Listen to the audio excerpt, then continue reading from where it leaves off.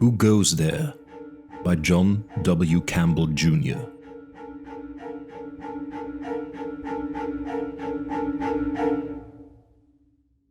Chapter 1. The place stank.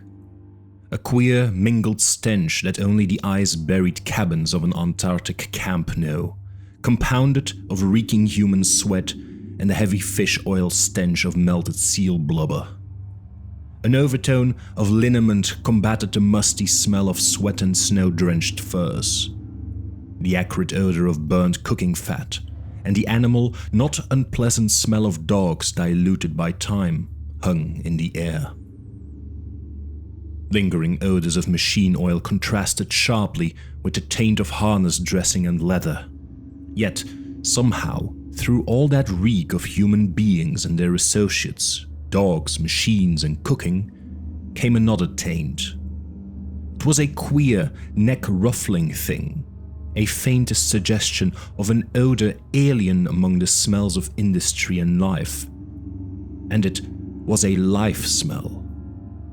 But it came from the thing that lay bound with cord and tarpaulin on the table, dripping slowly, methodically onto the heavy planks, dank and gaunt under the unshielded glare of the electric light. Blair, the little bald pated biologist of the expedition, twitched nervously at the wrappings, exposed clear dark eyes beneath, and then pulling the tarpaulin back into place restlessly. His little bird-like motions of suppressed eagerness danced his shadow across the fringe of stiff, graying hair around his naked skull, a comical halo about the shadow's head. Commander Gary brushed aside the lax legs of a suit of underwear and stepped toward the table. Slowly, his eyes traced around the rings of men sardined into the administration building. His tall, stiff body straightened finally, and he nodded. 37, all here. His voice was low, yet carried the clear authority of the commander by nature as well as by title. You know the outline of the story back of that find of the secondary pole expedition. I have been conferring with second-in-command McReady and Norris, as well as Blair and Dr. Copper.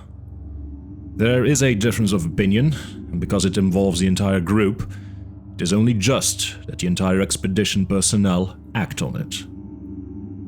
I'm going to ask McReady to give you the details of the story, because each of you has been too busy with his own work to follow closely the endeavors of the others. McReady? Moving from the smoke-blued background, McReady was a figure from some forgotten myth, a looming bronze statue that held life and walked. 6 feet 4 inches he stood as he halted beside the table, and, with a characteristic glance upward to assure himself of room under the low-ceiling beams, straightened. His rough, clashingly orange windproof jacket he still had on, yet with his huge frame, did not seem misplaced. Even here, 4 feet beneath the driftwind that droned across the Antarctic waste above the ceiling, the cold of the frozen continent leaked in, and gave meaning to the harshness of the man. And he was bronze, his great red bronze beard, the heavy hair that matched it, the gnarled, corded hands gripping and relaxing on the table planks were also bronze. Even the deep sunken eyes beneath heavy brows were bronzed. Age-resisting endurance of the metal spoke in the cragged heavy outlines of his face, and the mellow tones of the heavy voice. Norris and Blair agree on one thing. That animal we found was not terrestrial in origin. Norris fears there may be danger in that. Blair says there is none. But I'll go back to how and why we found it. To all that was known before we came here, it appeared that this point was exactly over the south magnetic pole of the Earth. The compass does point straight down here, as you all know. The more delicate instruments of the physicists, instruments especially designed for this expedition and its study of the magnetic pole, detected a secondary effect, a secondary, less powerful magnetic influence about 80 miles southwest of here. The secondary magnetic expedition went out to investigate it. There is no need for details. We found it, but it was not the huge meteorite or magnetic mountain Norris had expected to find. Iron ore is magnetic, of course, iron more so, and certain special steels even more magnetic. From the surface indications, the secondary pole we found was small, so small that the magnetic effect it had was preposterous. No magnetic material conceivable could have that effect. Soundings through the ice indicated it was within 100 feet of the glacier's surface. I think you should know the structure of the place. There is a broad plateau, a level sweep that runs more than 150 miles due south from the secondary station, Van Wall says. He didn't have time or fuel to fly farther, but it was running smoothly due south then. Right there, where that buried thing was, there is an ice-drowned mountain ridge, a granite wall of unshakable strength that has dammed back the ice creeping from the south. And 400 miles due south is the South Polar Plateau. You have asked me at various times why it gets warmer here when the wind rises, and most of you know. As a meteorologist, I'd have staked my word that no wind could blow at minus 70 degrees. That no more than a 5-mile wind could blow at minus 50, without causing warming due to friction with the ground, snow and ice, and yes, the air itself. We camped there on the lip of the ice-drowned mountain range for 12 days. We dug our camp into the blue ice that formed the surface and escaped most of it. But for 12 consecutive days the wind blew at 45 miles an hour. It went as high as 48 and fell to 41 at times. The temperature was minus 63 degrees. It rose to minus 60 and fell to minus 68. It was meteorologically impossible, and it went on uninterruptedly for 12 days and 12 nights. Somewhere to the south, the frozen air of the South Polar Plateau slides down from that 18,000-foot bowl down a mountain pass over a glacier and starts north. There must be a funneling mountain chain that directs it and sweeps it away for 400 miles to hit that bald plateau where we found the secondary pole, and 350 miles farther north reaches the Antarctic Ocean. It's been frozen there ever since Antarctica froze 20 million years ago. There has never been a thaw there. 20 million years ago, Antarctica was beginning to freeze. We've investigated, thought, and built speculations. What we believe happened was about like this. Something came down out of space. A ship. We saw it there in the blue ice, a thing like a submarine without a conning tower or directive vanes, 280 feet long and 45 feet in diameter at its thickest. Van Wall? Space, yes, but I'll explain that better later. MacReady's steady voice went on. It came down from space, driven and lifted by forces men haven't discovered yet, and somehow, perhaps something went wrong then, it tangled with Earth's magnetic field. It came south here, out of control probably, circling the magnetic pole. That's a savage country there, but when Antarctica was still freezing, it must have been 1,000 times more savage. There must have been blizzard snow as well as drift new snow falling as the continent glaciated. The swirl there must have been particularly bad, the wind hurling a solid blanket of white over the lip of that now buried mountain. The ship struck solid granite head-on and cracked up. Not every one of the passengers in it was killed, but the ship must have been ruined, her driving mechanism locked. It tangled with the Earth's field, Norris believes. No thing made by intelligent beings can tangle with the dead immensity of a planet's natural forces and hope to survive. One of its passengers stepped out. The wind we saw there never fell below 41, and the temperature never rose above -60. Then, the wind must have been stronger, and there was drift falling in a solid sheet. The thing was lost completely in 10 paces. He paused for a moment, the deep, steady voice giving way to the drone of wind overhead, and the uneasy, malicious gurgling in the pipe of the galley stove. Drift. A drift wind was sweeping by overhead. Right now, the snow picked up by the mumbling wind fled in level, blinding lines across the face of the buried camp. If a man stepped out of the tunnels that connected each of the camp buildings beneath the surface, he'd be lost in 10 paces. Out there, the slim black finger of the radio mast lifted 300 feet into the air, and at its peak was the clear night sky.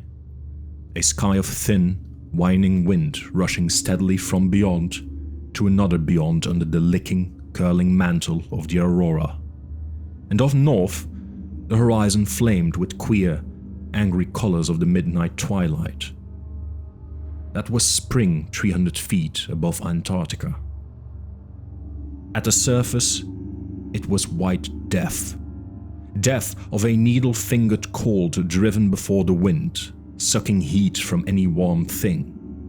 Cold, and white mist of endless, everlasting drift.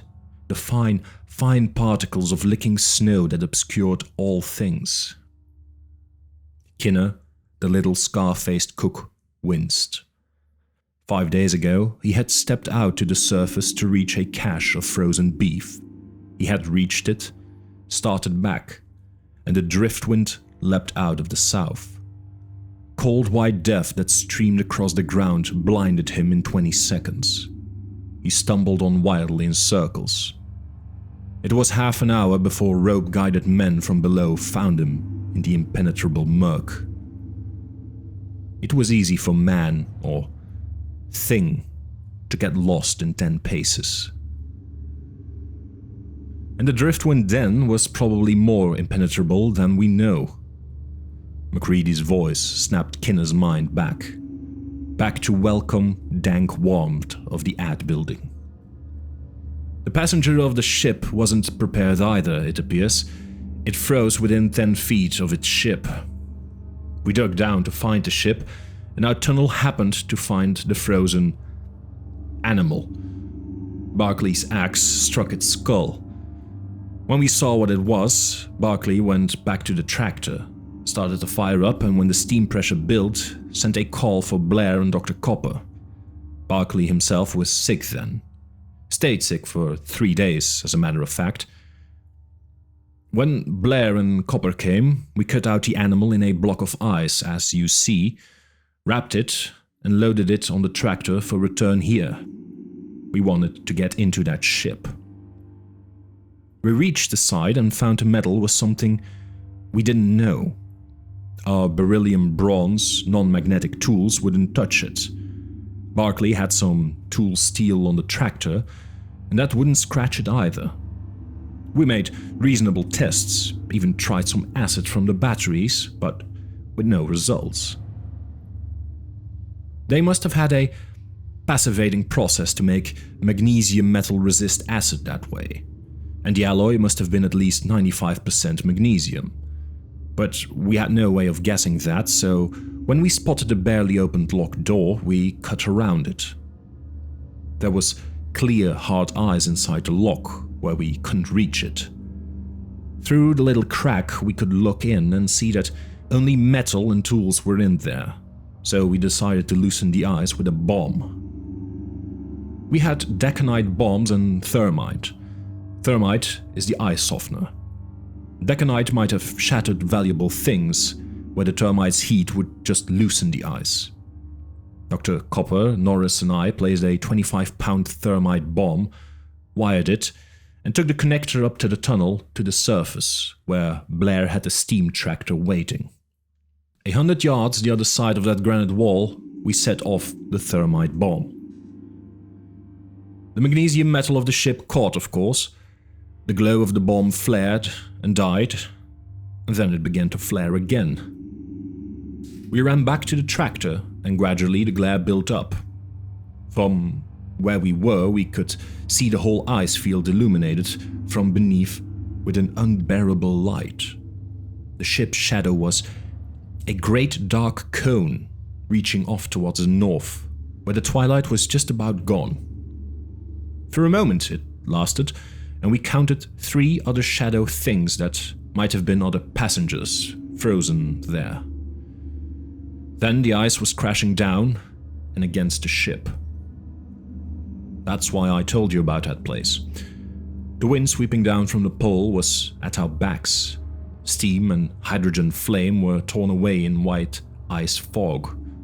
The flaming heat under the ice there was yanked away toward the Antarctic Ocean before it touched us. Otherwise, we wouldn't have come back, even with the shelter of that granite ridge that stopped the light. Somehow in the blinding inferno we could see great hunched things, black bulks glowing even so. They shed even the furious incandescence of the magnesium for a time. Those must have been the engines, we knew. Secrets going in a blazing glory. Secrets that might have given man the planets. Mysterious things that could lift and hurl that ship, and had soaked in the force of the Earth's magnetic field. I saw Norris's mouth move and ducked. I couldn't hear him. Insulation something gave way. All of Earth's field they had soaked up 20 million years before broke loose. The aurora in the sky licked down, and the whole plateau there was bathed in a cold fire that blanketed vision. The ice axe in my hand got red hot and hissed on the ice. Metal buttons on my clothes burned into me, and a flash of electric blue seared upward from beyond the granite wall. Then, the walls of ice crashed down on it, and for an instant it squealed the way dry ice does when it's pressed between metal. We were blind and groping in the dark for hours while our eyes recovered. We found every coil within a mile was fused rubbish. The dynamo in every radio set, the earphones and speakers. If we hadn't had the steam tractor, we wouldn't have gotten over to the secondary camp. Van Wall flew in from Big Magnet at sunup, as you know. We came home as soon as possible, and that is the history of that. MacReady's great bronze beard gestured toward the thing on the table. Chapter 2.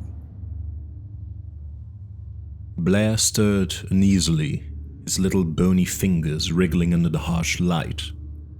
Little brown freckles on his knuckles slid back and forth as the tendons under the skin twitched. He pulled aside a bit of tarpaulin and looked impatiently at the dark, icebound thing inside. MacReady's big body straightened somewhat. He'd ridden the rocking, jarring stream tractory 40 miles that day, pushing on to Big Magnet here. Even his calm will had been pressed by the anxiety to mix again with humans.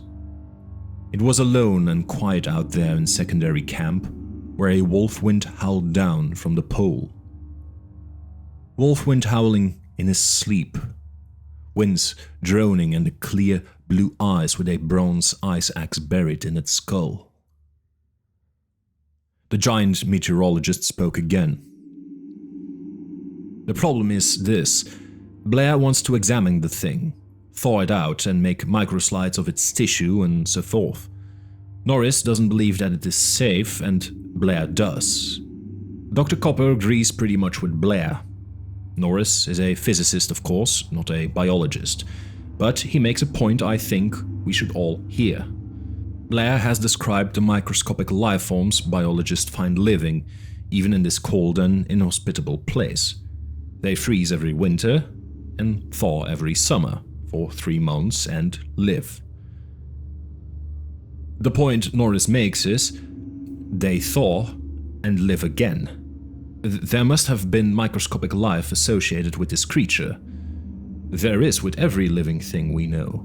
And Norris is afraid that we may release a plague, some germ disease unknown to Earth, if we thaw those microscopic things that have been frozen there for 20 million years. Blair admits that such microlife might retain the power of living. Such unorganized things as individual cells can retain life for unknown periods when solidly frozen. The beast itself is as those frozen mammoths they find in Siberia. Organized, highly developed life forms can't stand that treatment. But micro-life could. Norris suggests that we may release some disease form that man, never having met it before, will be utterly defenseless against. Blair's answer is that there may be such still living germs, but that Norris has the case reversed. They are utterly non-immune to man. Our life chemistry probably, the little biologist's head lifted in quick, bird-like motion. The halo of grey hair about his bald head ruffled as though angry. "Ha! One look—" "I know," Macready acknowledged. "The thing is not earthly. It does not seem likely that it can have any life chemistry sufficiently like ours to make cross-infection remotely possible. I would say that there is no danger." Macready looked toward Dr. Copper. The physician shook his head slowly. "None whatever," he asserted confidently. "Man cannot infect or be infected by germs that live in such comparatively close relatives as the snakes. And they are, I assure you." His clean-shaven face grimaced uneasily. "Much nearer to us than that." Vance Norris moved angrily. He was comparatively short in this gathering of big men, some 5'8", and his stocky, powerful build tended to make him seem shorter. His black hair was crisp and hard, like short steel wires, and his eyes were the grey of fractured steel. If Macready was a man of bronze, Norris was all steel. His movements, his thoughts, his whole bearing had the quick, hard impulse of steel spring. His nerves were steel, hard, quick-acting, swift corroding. He was decided on his point now, and he lashed out in its defense with a characteristic quick, clipped flow of words. "Different chemistry be damned. That thing may be dead, or, by God, it may be not, but I don't like it. Damn it, Blair! Let them see the monstrosity you are petting over there. Let them see the foul thing and decide for themselves whether they want that thing thawed out in this camp. Thawed out, by the way. That's got to be thawed out in one of the shacks tonight, if it is thawed out. Somebody, who's watchman tonight, cosmic rays tonight. Well, you get to sit up with that 20 million year old mummy of his. Unwrap it, Blair. How the hell can they tell what they are buying if they can't see it? It may have different chemistry. I don't know what else it has, but I know it has something I don't want. If you can judge by the look on its face, it isn't human, so maybe you can't." It was annoyed when it froze. Annoyed, in fact. It is just about as close an approximation of the way it felt as crazy, mad, insane hatred. Neither one touches the subject. How the hell can these birds tell what they're voting on? They haven't seen those 3 red eyes and that blue hair like crawling worms. Crawling! Damn, it's crawling there in the ice right now. Nothing Earth ever spawned had the unutterable sublimation of devastating wrath that this thing let loose in its face when it looked around this frozen desolation 20 million years ago. Mad? It was mad clear through. Searing, blistering mad. Hell, I've had bad dreams ever since I looked at those 3 red eyes. Nightmares. Dreaming the thing thawed out and came to life. That it wasn't dead or even wholly unconscious all those 20 million years, but just slowed, Waiting! Waiting! You'll dream too, while that damned thing that Earth wouldn't want is dripping. Dripping in the Cosmos house tonight. And, Conant, Norris whipped toward the cosmic ray specialist, won't you have fun sitting up all night in the quiet?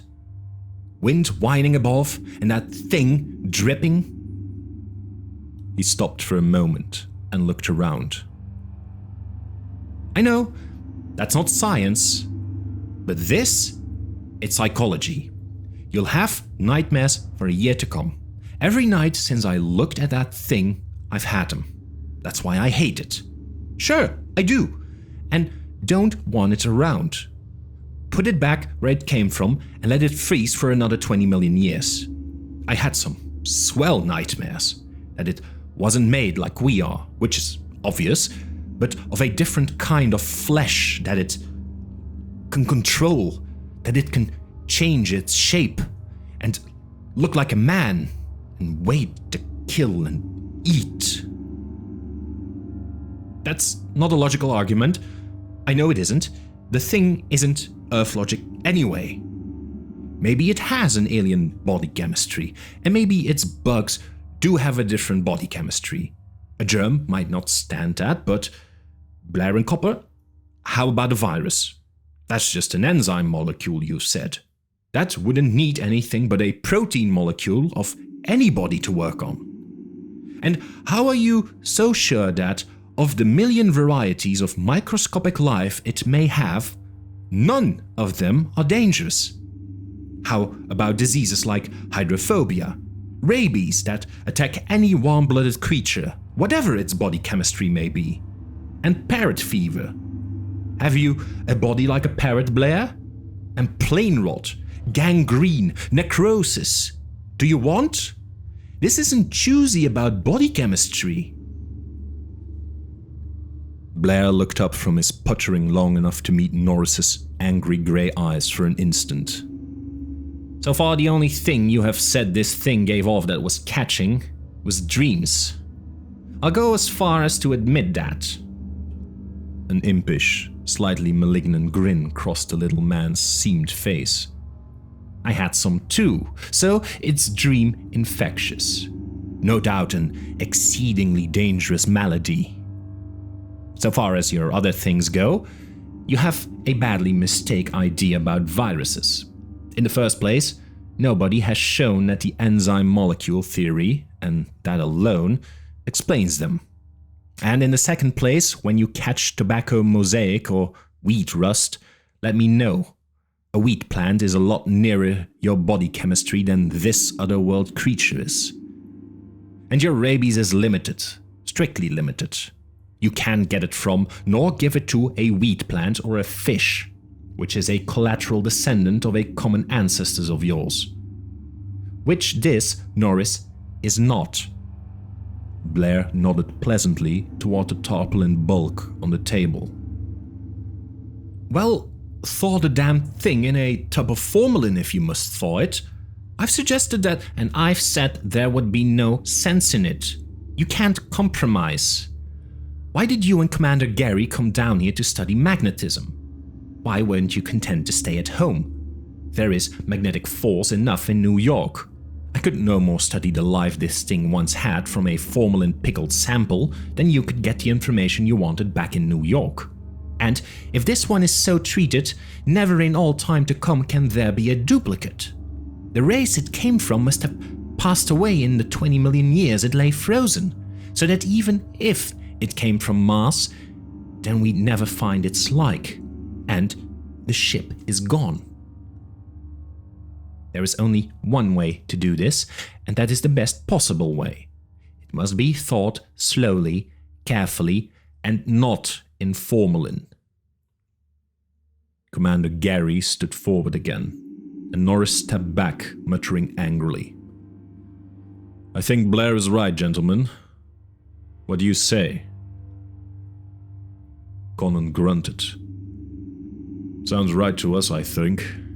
Only perhaps he ought to stand watch over it while it's thawing. He grinned ruefully, brushing a stray lock of ripe cherry hair back from his forehead. Swell idea, in fact, if he sits up with his jolly little corpse. Gary smiled slightly. A general chuckle of agreement rippled over the group. I think any ghost it may have had would have starved to death if it hung around here that long, Conant, Gary suggested. And you look capable of taking care of it. Iron Man Conant ought to be able to take out that thing. Eagerly, Blair was stripping back the ropes. A single throw of the tarpaulin revealed the thing. The ice had melted somewhat in the room, and it was clear and blue as thick, good glass. It shone wet and sleek under the harsh light of the unshielded globe above. The room stiffened abruptly. It was face up there on the plain, greasy planks of the table. The broken half of the bronze ice axe was still buried in the queer skull. 3 mad, hate-filled eyes blazed up with a living fire, bright as fresh spilled blood, from a face ringed with writhing, loathsome nests of worms, blue, mobile worms that crawled where hair should grow. Van Wall, 6 feet and 200 pounds of ice-nerved pilot, gave a queer, strangled gasp and butted, stumbled his way out to the corridor. Half the company broke for the doors. The others stumbled away from the table. MacReady stood at one end of the table watching them, his great body planted solid on his powerful legs. Norris, from the opposite end, glowered at the thing with smoldering hate. Outside the door, Gary was talking with 6 men at once. Blair had a tack hammer. The eyes that cased the thing sloughed crisply under his steel claw as it peeled from the thing it had cased for 20 million years.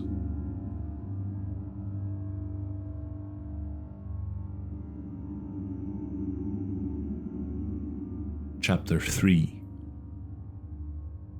I know you don't like that thing, Conant, but it just has to be thawed out right. You say leave it as it is till we get back to civilization. All right, I'll admit your argument that we could do a better and more complete job there is sound. But how are we going to get across the line? We have to take this through one temperate zone, the equatorial zone, and halfway through the other temperate zone before we get it to New York. You don't want to sit with it one night, but you suggest, then, that I hang its corpse in the freezer with the beef? Blair looked up from his cautious chipping, his bald, freckled skull nodding triumphantly. Kinner, the stocky, scar-faced cook, saved Conant the trouble of answering. Hey, you listen, mister. You put that thing in the box with the meat, and by all gods there ever were, I'll put you in to keep it company. You birds have brought everything movable in this camp into my mess here already, and I had to stand for that. But you go putting things like that into my meat box, or even my meat cache here, and you cook your own damn grub. But, Kinner, this is the only table in Big Magnet that's big enough to work on, Blair objected. Everybody's explained that. Yeah, and everybody's brought everything in here. Clark brings his dog every time there's a fight and sews them up on that table. Ralston brings in his sledges. Hell, the only thing you haven't had on that table is the buoying. And you'd have had that in if you could have figured a way to get it through the tunnels. Commander Gary chuckled and grinned at Van Wall, the huge chief pilot. Van Wall's great blonde beard twitched suspiciously as he nodded gravely to Kinner. Right, Kinner.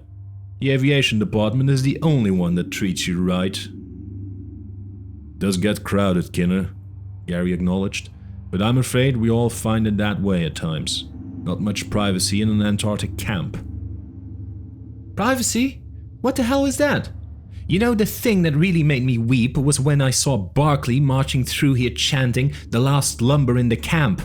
The last lumber in the camp," and carrying it out to build that house on his tractor. Damn it!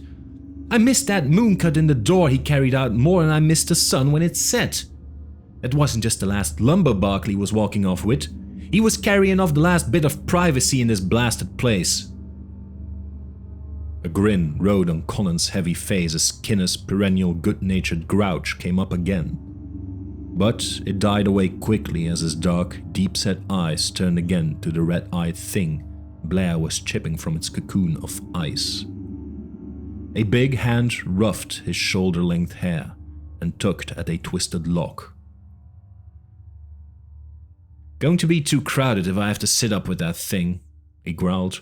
"Why can't you go on chipping the ice away from around it? You can do that without anybody butting in, I assure you. Then hang the thing up on the power plant boiler. That's warm enough. It'll thaw out a chicken, even a whole side of beef in a few hours." "I know," Blair protested, dropping the tack hammer to gesture more effectively with his bony, freckled fingers, his small body tense with eagerness. "But this is too important to take any chances. There never was a find like this. There never can be again. It is the only chance men will ever have, and it has to be done exactly right. Look, you know how the fish we caught down near the Ross Sea would freeze almost as soon as we got them on deck, and come to life again if we thawed them gently? Low forms of life aren't killed by quick freezing and slow thawing. We have... Hey, for the love of heaven, you mean that damn thing will come to life?" Conant yelled. "You get the damn thing. Let me at it. This is going to be in so many pieces." No, you fool!" Blair jumped in front of Conant to protect his precious find. "No, just low forms of life. For Pete's sake, let me finish. You can't thaw higher forms of life and have them come too. Wait a moment now, hold it. A fish can come to after freezing because it's so low a form of life that the individual cells of its body can revive, and that alone is enough to re-establish life. Any higher forms thawed out that way are dead. Though the individual cells revive, they die because there must be organization and cooperative effort to live. That cooperation cannot be re-established. There is a sort of potential life in any uninjured, quick-frozen animal, but it can't under any circumstances become active life in higher animals. Higher animals are too complex, too delicate. This is an intelligent creature as high in its evolution as we are in ours, perhaps even higher. It is as dead as a frozen man would be." "How do you know?" demanded Conant, hefting the ice axe he had seized a moment before. Commander Gary laid a restraining hand on his heavy shoulder. "Wait a minute, Conant. I want to get this straight. I agree that there is going to be no thawing of this thing if there is the remotest chance of its revival. I quite agree it is much too unpleasant to have alive, but I have no idea there was the remotest possibility." Dr. Copper pulled his pipe from between his teeth and heaved the stocky dark body from the bunk he had been sitting in. "Blair's being technical. That's dead. As dead as the mammoths they find frozen in Siberia. Potential life is like atomic energy. There, but nobody can get it out, and it certainly won't release itself, except in rare cases, as rare as radium in the chemical analogy. We have all sorts of proof that things don't live after being frozen. Not even fish, generally speaking, and no proof that higher animal life can under any circumstances. What's the point, Blair?" The little biologist shook himself. The little ruff of hair standing out around his bald pate waved in righteous anger. "The point is," he said in an injured tone, "that the individual cells might show the characteristic they had in life if it is properly thawed. A man's muscle cells live many hours, even after he has died. Just because they live and a few things like hair and a fingernail cells still live, you wouldn't accuse a corpse of being a zombie or something. Now, if we thaw this right, I may have a chance to determine what sort of world it's native to. We don't and can't know by any other means, whether it came from Earth, or Mars, or Venus, or even farther from beyond the stars. Just because it looks unlike men, you don't have to accuse it of being evil or vicious or something. Maybe that expression on its face is its equivalent to a resignation to fate. White is the color of mourning to the Chinese. If men can have different customs, why can't a so different race have different understandings of facial expressions? Conant laughed softly, mirthlessly. Peaceful resignation. If that is the best you could do in the way of resignation, I should exceedingly dislike seeing it when it was looking mad. That face was never designed to express peace. It just didn't have any philosophical thoughts like peace in its makeup. I know it's your pet, but be sane about it, Blair. That thing grew up on evil. It adolesced, slowly roasting alive the local equivalent of kittens, and amused itself through maturity on new and ingenious torture. You haven't the slightest right to say that, snapped Blair. How do you know the first thing about the meaning of a facial expression inherently inhuman? It may well have no human equivalent whatever. That is just a different development of nature, another example of nature's wonderful adaptability. Growing on another planet, perhaps harsher world, it has different form and features, but is just as much a legitimate child of nature as you are. You are displaying the childish human weakness of hating the different. On its own world, it would probably class you as a fish belly, white monstrosity with an insufficient number of eyes and a fungoid body pale and bloated with gas. Just because its nature is different, you haven't any right to say it's necessarily evil. Norris burst out a single explosive "Ha!" He looked down at the thing. It may be that things from other worlds don't have to be evil just because they're different, but that thing was child of nature. Well, it was a hell of an evil nature. Will you mugs cut crabbing at each other and get the damn thing off my table? Kinner growled. And put a canvas over it. It looks indecent. Kinner's gone modest, jeered Conant. Kinner slanted his eyes up to the big physicist. The scarred cheek twisted to join the line of his tight lips in a twisted grin. All right, big boy, and what were you grousing about a minute ago? We can set the thing in a chair next to you tonight, if you want. I'm not afraid of its face, Conant snapped. I don't like keeping awake over its corpse particularly, but I am going to do it. Kinner's grin spread. Uh-huh. He went off to the galley stove and shook down ashes vigorously, drowning the brittle chipping of the ice as Blair fell to work again. Chapter 4. Cluck, reported the cosmic ray counter. Cluck, crrr, cluck. Conant started and dropped his pencil. Damnation!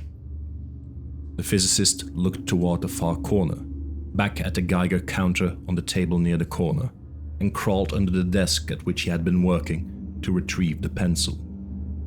He sat down at his work again, trying to make his writings more even.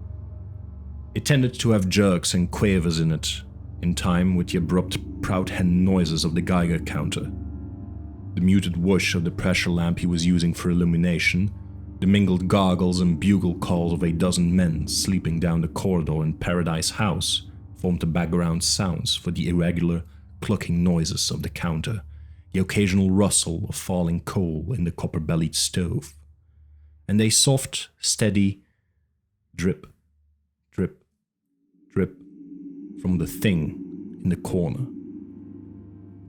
Conant jerked a pack of cigarettes from his pocket, snapped it so that a cigarette protruded, and jabbed the cylinder into his mouth. The lighter failed to function, and he pawed angrily through the pile of papers in search of a match. He scratched the wheel of the lighter several times, dropped it with a curse, and got up to pluck a hot coal from the stove with the coal thongs. The lighter functioned instantly when he tried it on returning to the desk. The counter ripped out a series of clucking guffaws as a burst of cosmic rays struck through it. Conan turned to glower at it and tried to concentrate on the interpretation of data collected during the past week. The weekly summary. He gave up and yielded to curiosity, or nervousness. He lifted the pressure lamp from the desk and carried it over to the table in the corner. Then he returned to the stove and picked up the coal tongs. The beast had been thawing for nearly 18 hours now. He poked at it with unconscious caution. The flesh was no longer hard as armor plate, but had assumed a rubbery texture. It looked like wet, blue rubber glistening under droplets of water. Like little round jewels in the glare of the gasoline pressure lantern. Conan felt an unreasoning desire to pour the contents of the lamp's reservoir over the thing in its box and drop the cigarette into it. The 3 red eyes glared up at him sightlessly, the ruby eyeballs reflecting murky, smoky rays of light.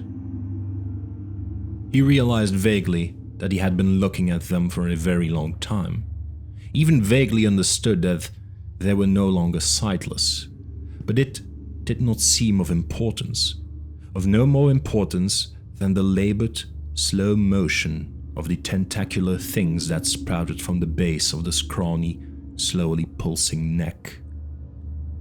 Conan picked up the pressure lamp and returned to his chair. He sat down, staring at the pages of mathematics before him.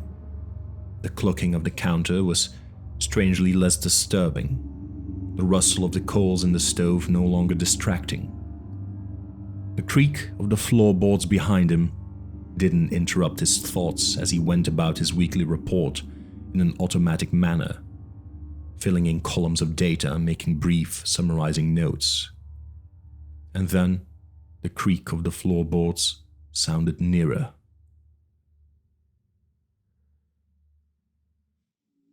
Chapter 5. Blair came up from the nightmare-haunted depths of sleep abruptly. Conan's face floated vaguely above him. For a moment it seemed a continuance of the wild horror of the dream, but Conan's face was angry and a little frightened. Blair! Blair, you damned log, wake up! Huh? The little biologist rubbed his eyes, his bony freckled fingers crooked to a mutilated child fist. From surrounding bunks, other faces lifted to stare down at them. Conan straightened up. Get up and get a lift on. Your damned animals escaped. Escaped? What? Chief Pilot Van Wall's bull voice roared out with a volume that shook the walls. Down the communication tunnels, other voices yelled suddenly. The dozen inhabitants of Paradise House tumbled in abruptly. Barkley, stocky and bulbous in long woolen underwear, carrying a fire extinguisher. What the hell's the matter? Barkley demanded. Your damned beast got loose. I fell asleep about 20 minutes ago, and when I woke up, the thing was gone. Hey Doc, the hell you say those things can't come to life? Blair's blasted potential life developed a hell of a lot of potential and walked out on us. Copper stared blankly. It wasn't earthly, he sighed suddenly. I guess earthly laws don't apply. Well, it applied for a leave of absence and took it. We've got to find it and capture it somehow. Conan swore bitterly, his deep-set black eyes sullen and angry. It's a wonder the hellish creature didn't eat me in my sleep. Blair stared back, his pale eyes suddenly fear-struck. Maybe it, we'll have to find it. You find it. It's your pet. I've had all I want to do with it, sitting there for 7 hours with the counter clucking every few seconds, and you birds in here singing night music. It's a wonder I got to sleep. I'm going through the ad building. Commander Gary ducked through the doorway, pulling his belt tight. You wouldn't have to. Van's roar sounded like the Boeing taking off downwind. So, it wasn't dead? I didn't carry it off in my arms, I assure you, Conan snapped. Last I saw, that split skull was oozing green goo like a squashed caterpillar.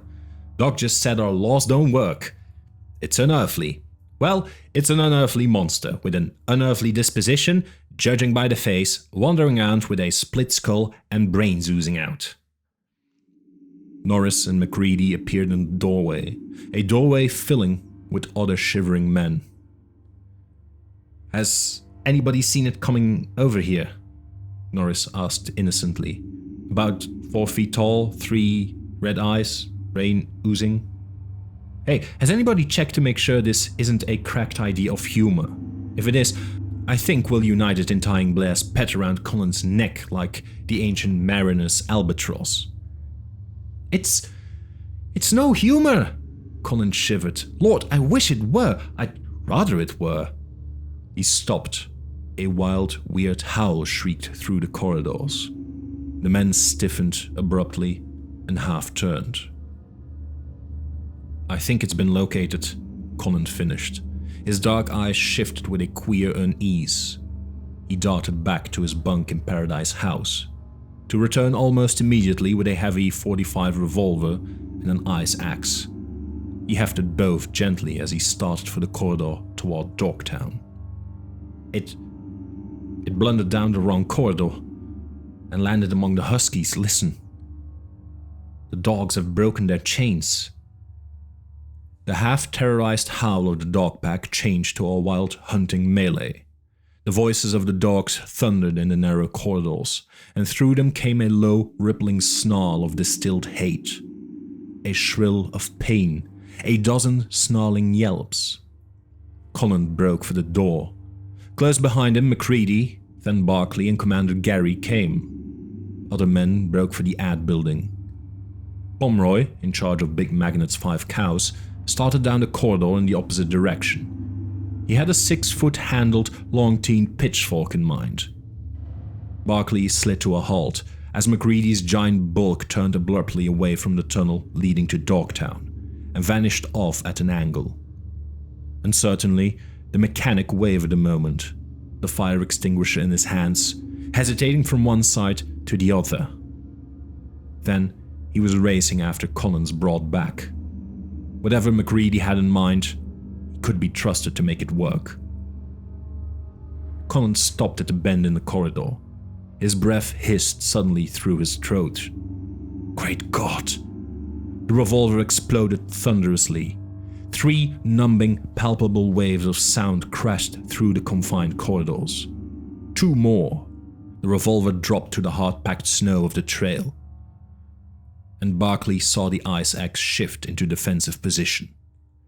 Colin's powerful body blocked his vision, but beyond he heard something mewing and insanely chuckling. The dogs were quieter. There was a deadly seriousness in their low snarls. Taloned feet scratched at the hard-packed snow. Broken chains were clinking and tangling. Colin shifted abruptly, and Barkley could see what lay beyond. For a second, he stood frozen. Then his breath went out in a gusty curse. The thing launched itself at Conant. The powerful arms of the man swung the ice axe flat side first at what might have been a hand. It scrunched horribly, and the tattered flesh, ripped by a half-dozen savage huskies, leapt to his feet again. The red eyes blazed with an unearthly hatred, an unearthly, unkillable vitality. Barkley turned the fire extinguisher on it. The blinding, blistering stream of chemical spray confused it, baffled it, together with the savage attacks of the huskies. Not for long afraid of anything that did or could live, held it at bay. MacReady wedged men out of his way and drove down the narrow corridor packed with men unable to reach the scene. There was a sure foreplanned drive to MacReady's attack. One of the giant blowtorches used in warming the plane's engines was in his bronzed hands. It roared gustily as he turned the corner and opened the valve. The mad mewing hissed louder. The dog scrambled back from the 3-foot lance of blue-hot flame. "Bar, get a power cable. Run it in somehow, and a handle. We can electrocute this monster if I don't incinerate it. MacReady spoke with the authority of planned action. Barclay turned down the long corridor to the power plant, but already before him, Norris and Van Wall were racing down. Barclay found a cable in the electrical cache in the tunnel wall. In a half-minute, he was hacking at it, walking back. Van Wall's voice rang out in the warning shout of "Power!" as the emergency gasoline-powered dynamo thundered into action. Half a dozen other men were down there now. The coal kindling was going into the firebox of the steam power plant. Norris, cursing in a low, deadly monotone, was working with quick, sure fingers on the other end of Barclay's cable, splicing in a contactor in one of the power leads. The dogs had fallen back when Barclay reached the corridor bend, fallen back before a furious monstrosity that glared from baleful red eyes, mewing in trapped hatred. The dogs were a semicircle of red-dipped muzzles with a fringe of glistening white teeth, whining with a vicious eagerness that near matched the fury of the red eyes. MacReady stood confidently alert at the corridor bend, the gustily muttered torch held loose and ready for action in his hands. He stepped aside without moving his eyes from the beast as Barclay came up. There was a slight, tight smile on his lean, bronzed face. Norris's voice called down the corridor, and Barclay stepped forward. The cable was taped to the long handle of a snow shovel. The two conductors split and held 18 inches apart by a scrap of lumber lashed at right angles across the far end of the handle. Bare copper conductors, charged with 220 volts, glinted in the light of pressure lamps. The thing mewed and halted and dodged. MacReady advanced to Barclay's side. The dogs beyond sensed the plan with the almost telepathic intelligence of trained huskies. Their whimpering grew shriller, softer. Their mincing steps carried them nearer. Abruptly, a huge, night-black Alaskan leapt into the trapped thing. It turned squalling, saber-clawed feet slashing. Barclay leapt forward and jabbed. A weird, shrill scream rose and choked out. The smell of burnt flesh in the corridor intensified. Greasy smoke curled up. The echoing pound of the gas-electric dynamo down the corridor became a slogging thud. The red eyes clouded over in a stiffening, jerking travesty of a face. Arm-like, leg-like members quivered and jerked. The dogs leapt forward, and Barclay yanked back his weapon. The thing on the snow did not move as gleaming teeth ripped it open. Chapter 6. Gary looked about the crowded room. 32 men, some tense nervously standing against the wall, some uneasily relaxed, some sitting, most preferred standing, as intimate as sardines. 32 plus the 5 engaged in sewing up wounded dogs made 37, the total personnel. Gary started speaking. "Alright, I guess we're here. Some of you, 3 or 4 at most, saw what happened. All of you have seen that thing on the table and can get a general idea. If anyone hasn't, I lift..." His hand straight to the tarpaulin bulking over the thing on the table. There was an acrid odor of singed flesh seeping out of it. The men stirred restlessly, hasty denials.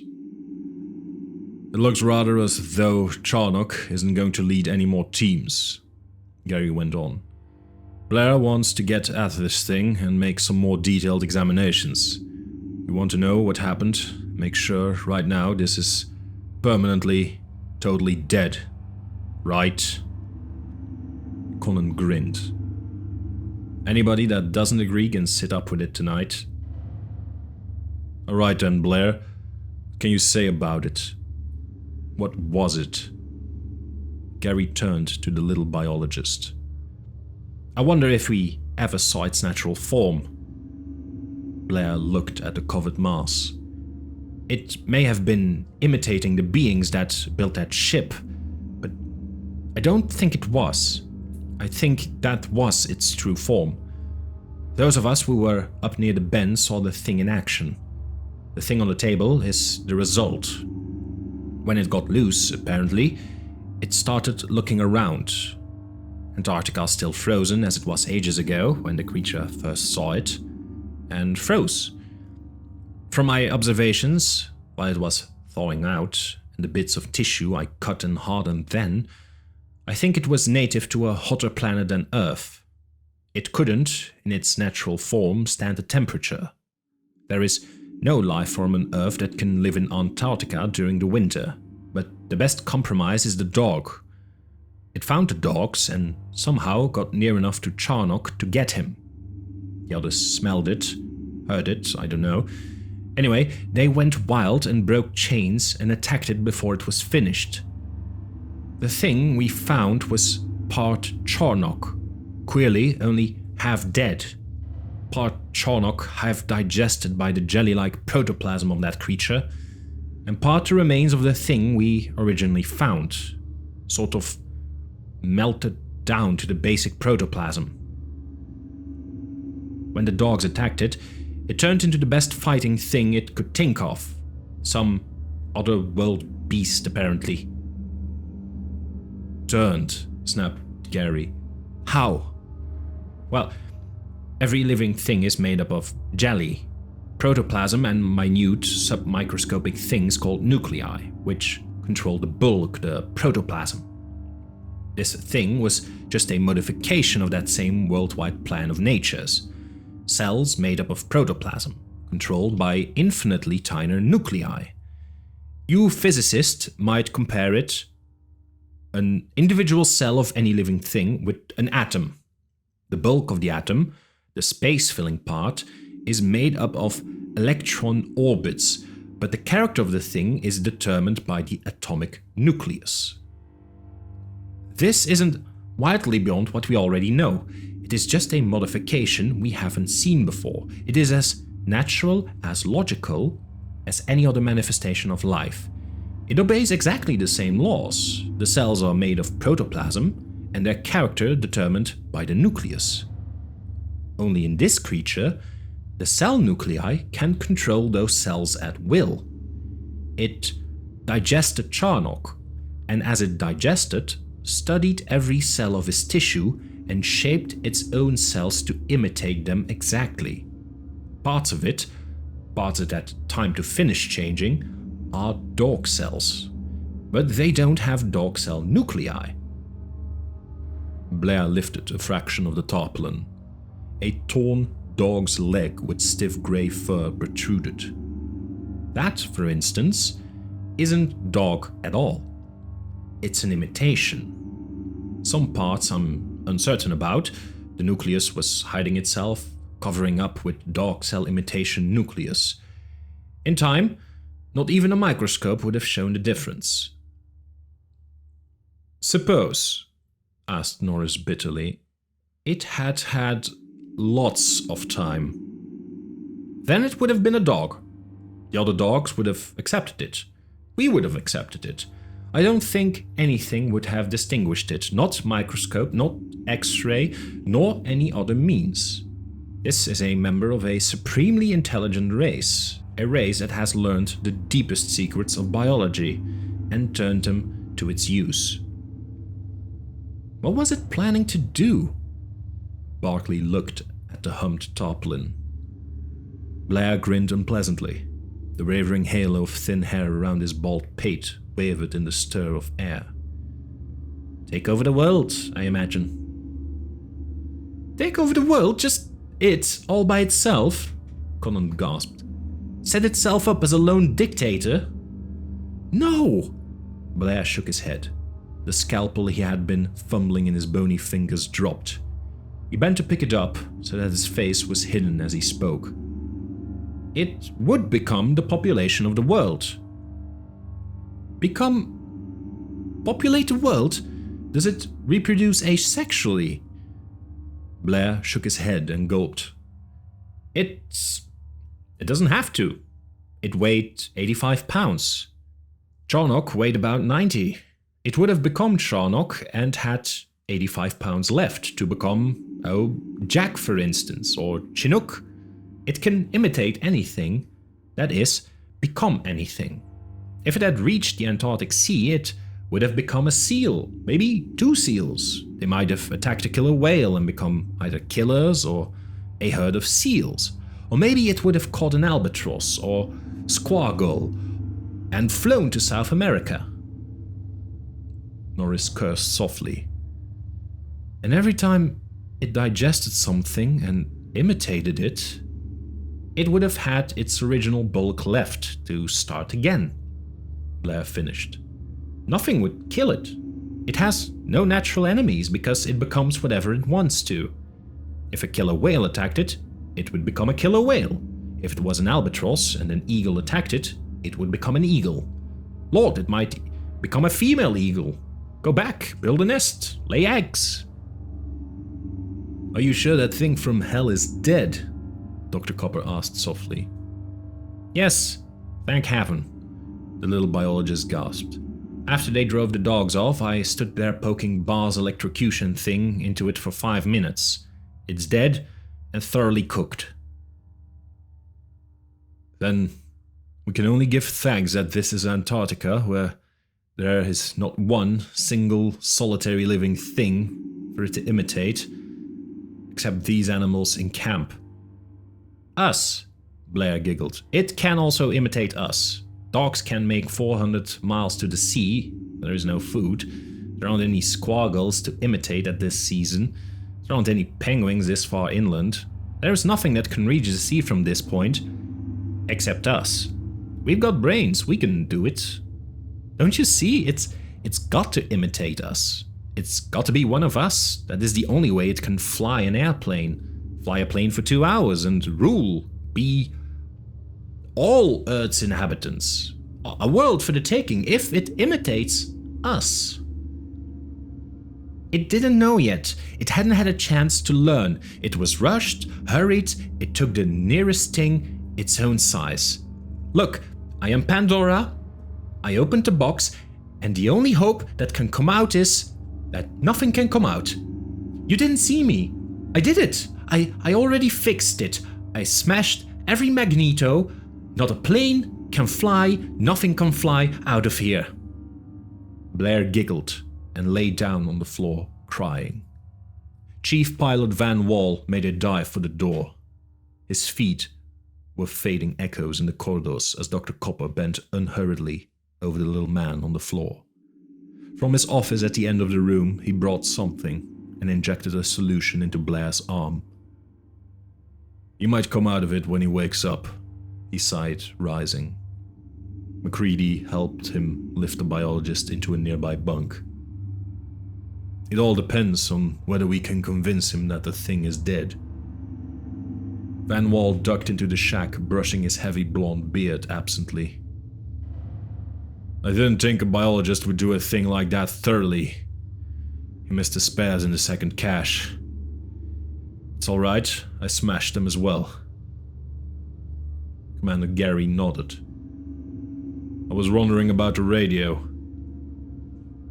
Dr. Copper snorted. You don't think it can leak out on a radio wave, do you? You'd have 5 rescue attempts in the next 3 months if you stopped broadcasts. The thing to do is to talk loud and not make a sound. Now I wonder. Greedy looked speculatively at the doctor. It might be like an infectious disease. Everything that drank any of its blood. Copper shook his head. Blair missed something. Mitate it may, but has to a certain extent its own body chemistry, its own metabolism. If it didn't, it would become a dog, and be a dog and nothing more. It has to be an imitation dog. There you can detect it by serum tests, and its chemistry, since it comes from another world, must be so wholly radically different that a few cells, such as gained by drops of blood, would be treated as disease germs by the dog or human body. Blood? Would one of those imitations bleed? Norris demanded. Surely, nothing mystic about blood. Muscle is about 90% water.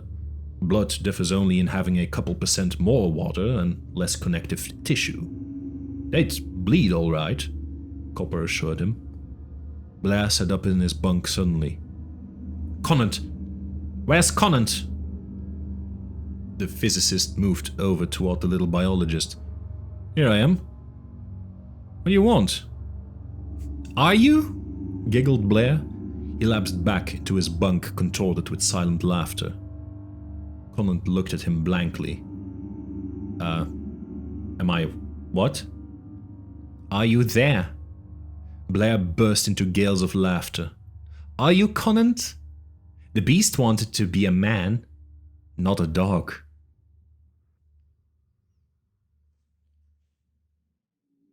Chapter 7. Dr. Copper rose warily from the bunk and washed the hypodermic carefully. The little tinkles it made seemed loud in the packed room now that Blair's gurgling laughter had finally quieted. Copper looked toward Gary and shook his head slowly. Hopeless, I'm afraid. I don't think we can ever convince him the thing is dead now. Norris laughed uncertainly. I'm not sure you can convince me. But damn you, MacReady. MacReady? Commander Gary turned to look from Norris to MacReady curiously. The nightmares, Norris explained. He had a theory about the nightmares we had at the secondary station after finding that thing. And that was? Gary looked at MacReady levelly. Norris answered for him, jerkily, uneasily. That the creature wasn't dead, had a sort of enormously slowed existence. An existence that permitted it, nonetheless, to be vaguely aware of the passing of time, of our coming after endless years. I had a dream it could imitate things. Well, Copper grunted, it can. Don't be an ass, Norris snapped. That's not what's bothering me. In the dream it could also read minds, read thoughts and ideas and mannerisms. What's so bad about that? It seems to be worrying you more than the thought of the joy we're going to have with a madman in an Antarctic camp. Copper nodded toward Blair's sleeping form. MacReady shook his great head slowly. You know that Conant is Conant because he not merely looks like Conant, which we're beginning to believe that beast might be able to do. But he thinks like Conant, talks like Conant, moves himself around as Conant does. That takes more than merely a body that looks like him. That takes Conant's own mind and thoughts and mannerisms. Therefore, though you know that the thing might make itself look like Conant, you aren't much bothered because you know it has a mind from another world, a totally unhuman mind, that couldn't possibly react and think and talk like a man we know, and do it so well as to fool us for a moment. But the idea of the creature imitating one of us is fascinating, but unreal because it is too completely unhuman to deceive us. It doesn't have a human mind. As I said before, Norris repeated, looking steadily at MacReady. You can say the damnedest things at the damnedest times. Will you be so good as to finish that thought, one way or the other? Kinner, the Scarface expedition cook, had been standing near Conant. Suddenly he moved down the length of the crowded room towards his familiar galley. He shook the ashes from the galley stove noisily. It would do it no good, said Dr. Copper, softly as though thinking out loud, to merely look like something it was trying to imitate. It would have to understand its feelings, its reaction. It is unhuman. It has powers of imitation beyond any conception of man. A good actor, by training himself, can imitate another man's mannerisms well enough to fool most people.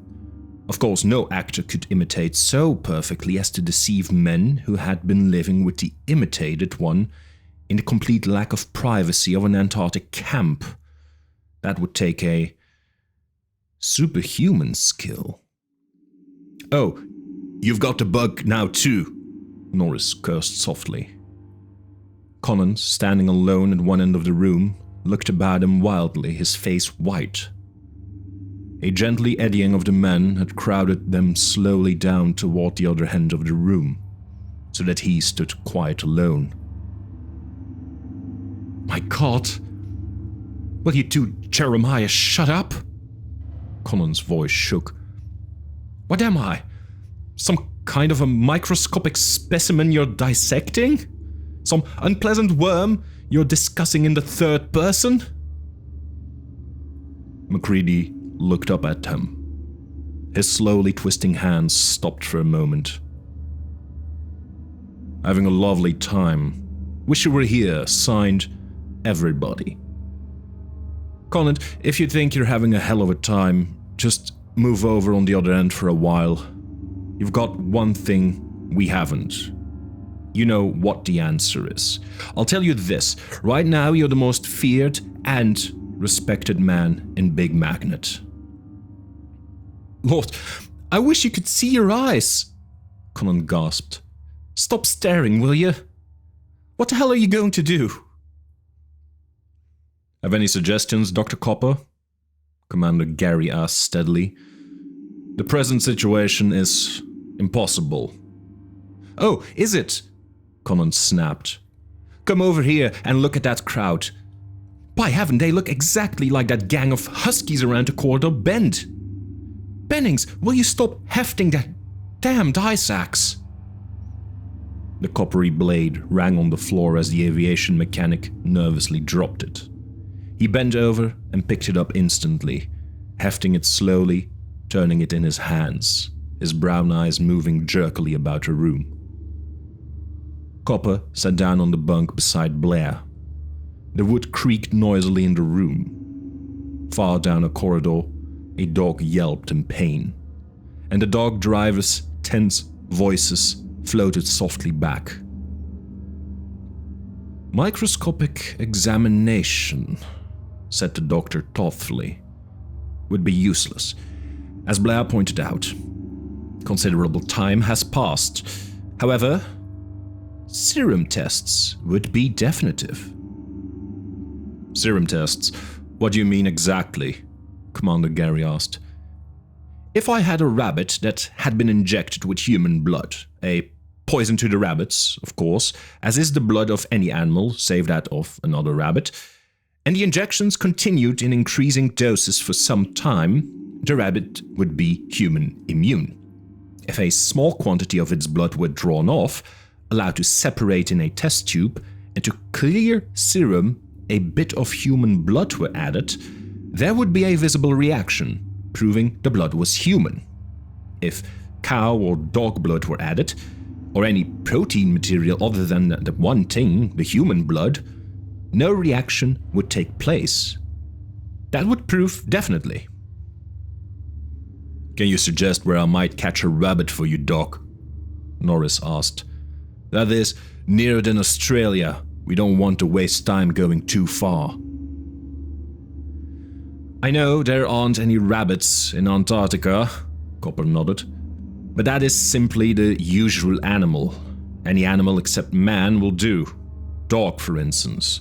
But it will take several days, and due to the greater size of the animal, considerable blood. 2 of us will have to contribute." "Would I do?" Gary asked. "That will make 2, Copper nodded. "I'll get to work on it right away." "What about Conan in the meantime?"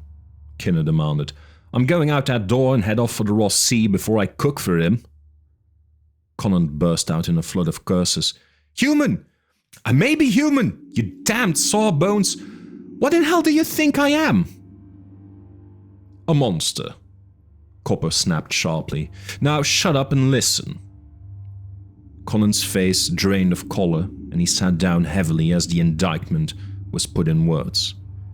Until we know, you know as well as we do that we have reason to question the fact, and only you know how that question is to be answered. We may reasonably be expected to lock you up. If you are unhuman, you're a lot more dangerous than poor Blair there, and I'm going to see that he's locked up thoroughly. I expect that his next stage will be a violent desire to kill you, all the dogs, and probably all of us. When he wakes, he will be convinced we're all unhuman, and nothing on the planet will ever change his conviction. It would be kinder to let him die, but we can't do that, of course. He's going in one shack. You can stay in Cosmo's house with your cosmic ray apparatus, which is about what you do anyway. Now, I've got to go fix up a couple of dogs. Conan nodded bitterly. I am human. Hurry that test. Your eyes. Lord, I wish you could see your eyes staring. Commander Gary watched anxiously as Clark, the dog handler, held the big brown Alaskan husky while Copper began the injection treatment. The dog was not anxious to cooperate. The needle was painful, and already he'd experienced considerable needlework that morning. 5 stitches held close to a slash that ran from his shoulder across the ribs halfway down his body. 1 long fan was broken off short.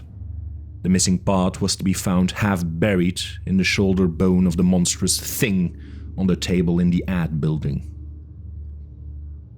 How long will that take? Gary asked, pressing his arm gently.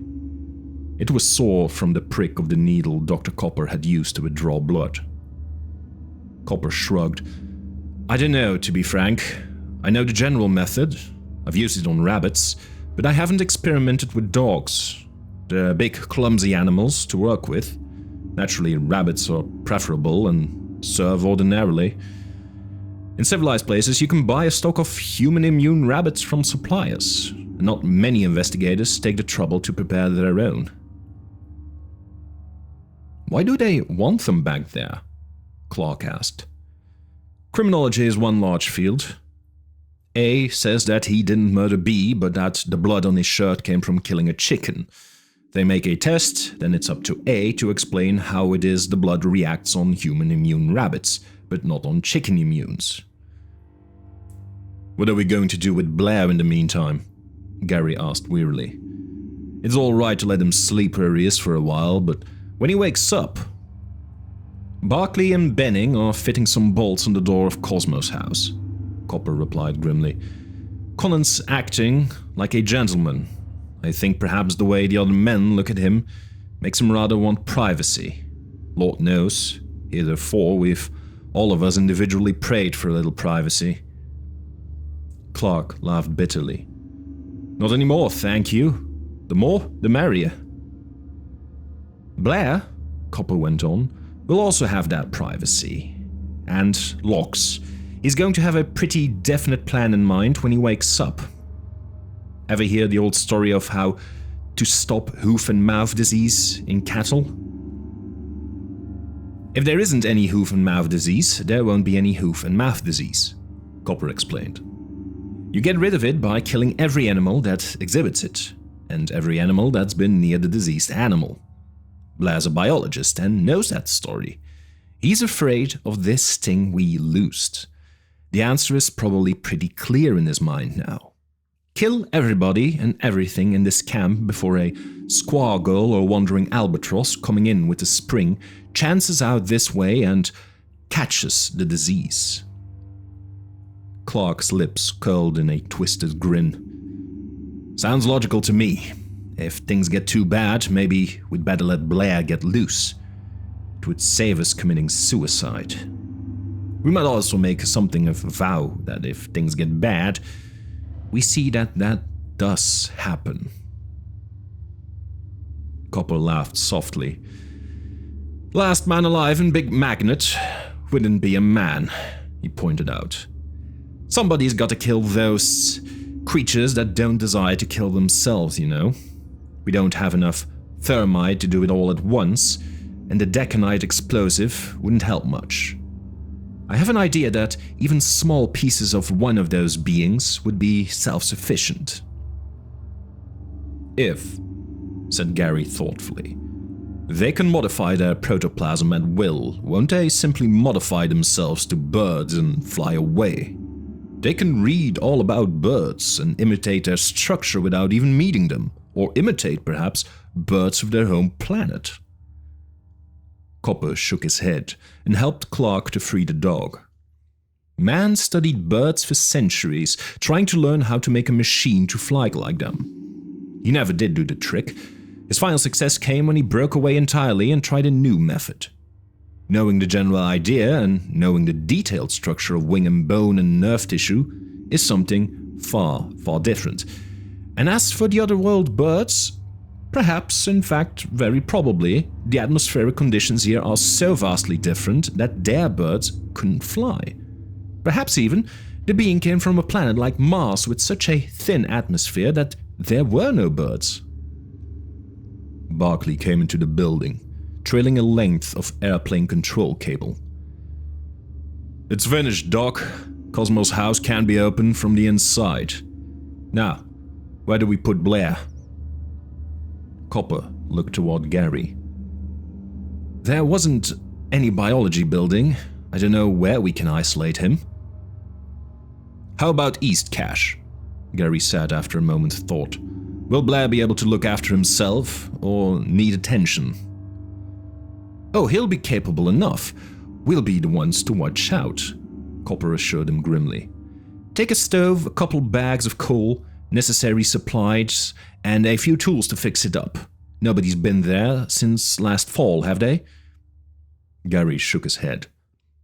"If it gets noisy, I thought that might be a good idea." Barkley hefted the tools he was carrying and looked up at Gary. "If the mutterings he's doing now is any sign, he's going to sing away the night hours. And he won't like his song." "What's he saying?" Copper asked. Barkley shook his head. "I didn't care to listen much. You can if you want to, but I gathered that the blasted idiot had all the dreams McReady had, and a few more. He slept beside the thing when we stopped on the trail coming in from secondary magnetic, remember? He dreamt the thing was alive, and dreamt more details. And, damn his soul, knew it wasn't all a dream, or had reason to. He knew it had telepathic powers that were stirring vaguely, and that it could not only read minds but project thoughts. They weren't dreams, you see. They were stray thoughts that thing was broadcasting, the way Blair's broadcasting his thoughts now. A sort of telepathic muttering in its sleep. That's why he knew so much about his powers. I guess you and I, Doc, weren't so sensitive, if you want to believe in that telepathy."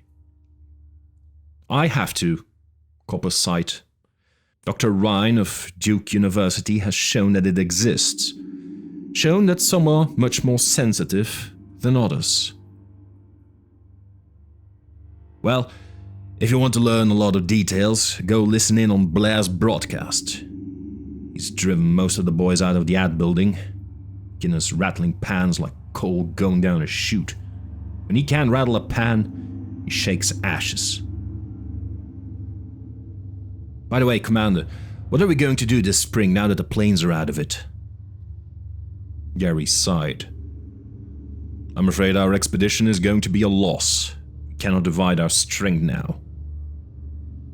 "It won't be a loss if we continue to live and come out of this," Copper promised him. "The find we've made, if we can get it under control, is important enough. The cosmic ray data, magnetic work, and atmospheric work won't be greatly hindered." Gary laughed mirthlessly. "I was just thinking of the radio broadcasts, telling half the world about the wonderful results of our exploration flights, trying to fool men like Bird and Ellsworth back home, that we were actually doing something." Copper nodded gravely.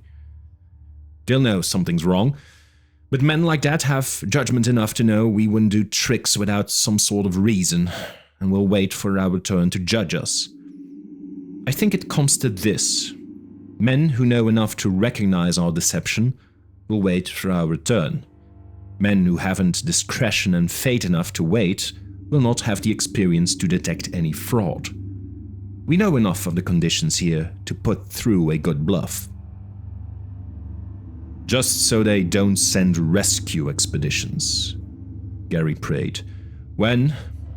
If we're ever ready to come out, we'll have to send word to Captain Forsyth to bring a stock of magnetos with him when he comes down, but never mind that. You mean if we don't come out? Asked Barkley. I was wondering if a nice running account of an eruption or an earthquake via radio with a cell wind-up by using a stick of deconite under the microphone would help. Nothing, of course, will entirely keep people out. One of those swell melodramatic last man alive scenes might make him go easy, though. Gary smiled with genuine humor. Is everybody in camp trying to figure that out too? Copper laughed. What do you think, Gary? We're confident we can win out, but not too easy about it, I guess. Clark grinned up from the dog he was petting into calmness. Confident, did you say, Doc?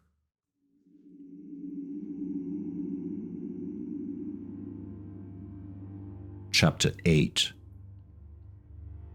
Blair moved restlessly around the small shack. His eyes jerked and quivered in vague, fleeting glances at the 4 men with him. Barkley, 6 feet tall and weighing over 190 pounds. McCready, a bronze giant of a man. Dr. Copper, short, squat-fully powerful. And Bennings, 5 feet 10 of wiry strength. Blair was huddled up against the far wall of the east cache cabin, his gear piled in the middle of the floor beside a heating stove, forming an island between him and the 4 men. His bony hands clenched and fluttered, terrified. His pale eyes wavered uneasily as his bald, freckled head darted about in bird-like motion. I don't want anybody coming in here. I'll cook my own food, he snapped nervously. Kinner may be human now, but I don't believe it. I'm going to get out of here, but I'm not going to eat any food you sent me. I want cans, sealed cans. Okay, Blair, we'll bring him tonight, Barkley promised. You've got coal and the fire's started. I'll make a last... Barkley started forward. Blair instantly scurried to the farthest corner. Get out! Keep away from me, you monster! The little biologist shrieked and tried to claw his way through the wall of the shack. Keep away from me! Keep away! I won't be absorbed! I won't be! Barkley relaxed and moved back. Dr. Copper shook his head. Leave him alone, Bar. It's easier for him to fix the thing himself. We'll have to fix the door, I think. The 4 men let themselves out. Efficiently, Bennings and Barkley fell to work. There were no locks in Antarctica. There wasn't enough privacy to make them needed. But powerful screws had been driven in each side of the door frame, and the spare aviation control cable, immensely strong, woven steel wire, was rapidly caught between them and drawn taut. Barkley went to work with a drill and a keyhole saw. Presently, he had a trap cut in the door through which goods could be passed without unleashing the entrance. 3 powerful hinges from a stock crate, 2 hasps and a pair of 3-inch cotter pins made it proof against opening from the other side. Blair moved about restlessly inside. He was dragging something over to the door with panting gasps and mutterings, frantic curses. Barkley opened the hatch and glanced in, Dr. Copper peering over his shoulder. Blair had moved the heavy bunk against the door. It could not be opened without his cooperation now. McCready sighed. If he gets loose, it is his avowed intention to kill each and all of us as quickly as possible. Which is something we don't agree with. But we've something on our side of that door that is worse than a homicidal maniac. If one or the other has to get loose, I think I'll come up and undo those lashings here. Barkley grinned. You let me know and I'll show you how to get these off fast. Let's go back. The sun was painting the northern horizon in multicolored rainbows still, though it was 2 hours below the horizon. The field of drift swept off to the north, sparkling under its flaming colors in a million reflected glories. Low mounds of rounded white on the northern horizon showed the magnet range was barely awash above the sweeping drift. Little eddies of wind-lifted snow swirled away from the skis as they set out toward the main encampment 2 miles away. The spidery finger of the broadcast radiator lifted a gaunt black needle against the white of the Antarctic continent. The snow under their skis was like fine sand, hard and gritty. Spring, said Benning bitterly, is come. Ain't we got fun? I've been looking forward to getting away from this blasted hole in the ice. I wouldn't try it now if I were you, Barkley grunted. Guys that set out from here in the next few days are going to be marvelously unpopular. How is your dog getting along, Dr. Copper? McCready asked. Any results yet? In 30 hours? I wish there were. I gave him an injection of my blood today, but I imagine another 5 days will be needed. I don't know certainly enough to stop sooner. I've been wondering if Conant were changed. Would he have warned us so soon after the animal escaped? Wouldn't he have waited long enough for it to have a real chance to fix itself? Until we woke up naturally? McCready asked slowly. The thing is selfish. You didn't think it looked as though it were possessed of a store of the higher justices, did you? Dr. Copper pointed out. Every point of it is all of it. Every part of it is all for itself, I imagine. If Conant were changed to save his skin, he'd have to. But Conant's feelings aren't changed. They're imitated perfectly. Or they're his own. Naturally, the imitating perfectly Conant's feelings, would do exactly what Conant would do. Say, couldn't Norris or Van give Conant some kind of test? If the thing is brighter than men, it might know more physics than Conant should. And they'd catch it out, Barkley suggested. Copper shook his head wearily. Not if it reads minds. You can't plan a trap for it. Van suggested that last night. He hoped it would answer some of the questions of physics he'd like to know answers to. This expedition of 4 ideas is going to make life happy. Bennings looked at his companions. Each of us with an eye on the others to make sure he doesn't do something peculiar. Man, aren't we going to be a trusting bunch? Each man eyeing his neighbors with the greatest exhibition of faith and trust. I'm beginning to know what Colin meant by I wish you could see your eyes.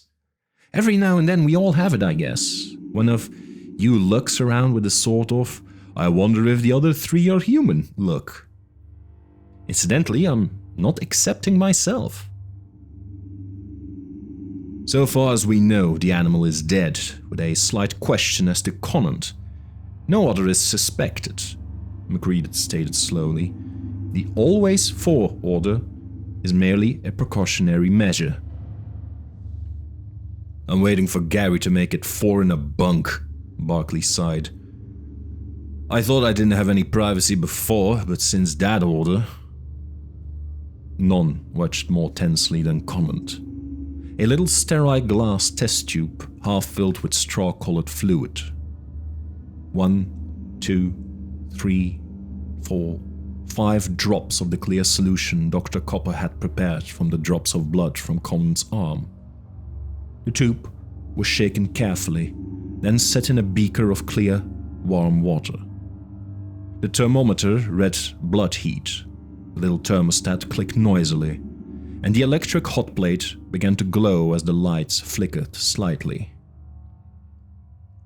Then, little white flecks of perspiration were forming, snowing down the clear, straw-colored fluid. "Lord," said Collins. He dropped heavily into a bunk, crying like a baby. 6 days? Collins sobbed. 6 days in here. Wondering if that damn test would lie. Gary moved over silently and slipped his arms across the physicist's back. "It couldn't lie," Dr. Copper said.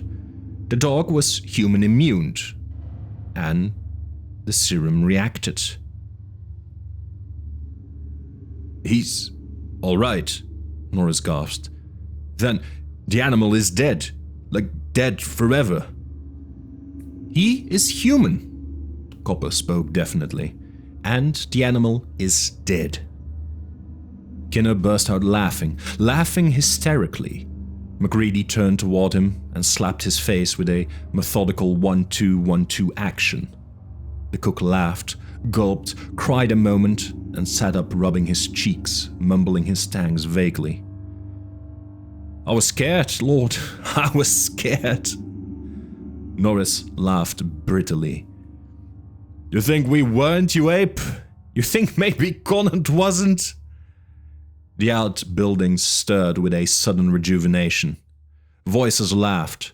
The men clustering around Conant spoke with unnecessary loud voices, jittery, nervous voices, relievedly friendly again. Somebody called out a suggestion, and a dozen started for their skis. Blair might recover. Dr. Copper fussed with his test tubes in nervous relief, trying solutions. The party of relief for Blair's shack started out the door, skis clapping noisily. Down the corridor, the dog set up a quick, yelping howl as the air of excited relief reached them. Dr. Copper fussed with his tubes. MacReady noticed him first, sitting on the edge of the bunk, with 2 precipitin whitened test tubes of straw-colored fluid, his face whiter than the stuff in the tubes, silent tears slipping down from horror-widened eyes. MacReady felt a cold knife of fear pierce through his heart and freeze in his breast. Dr. Copper looked up. "Gary," he called hoarsely. "Gary, for God's sake, come here." Commander Gary walked toward him sharply. Silence clapped down on the ad building. Conant looked up, rose stiffly from his seat. "Gary, tissue from the monster precipitates too. It proves nothing. Nothing but the dog was monster immune too. That one of the 2 contributing blood. One of us 2, you and I, Gary. One of us is a monster."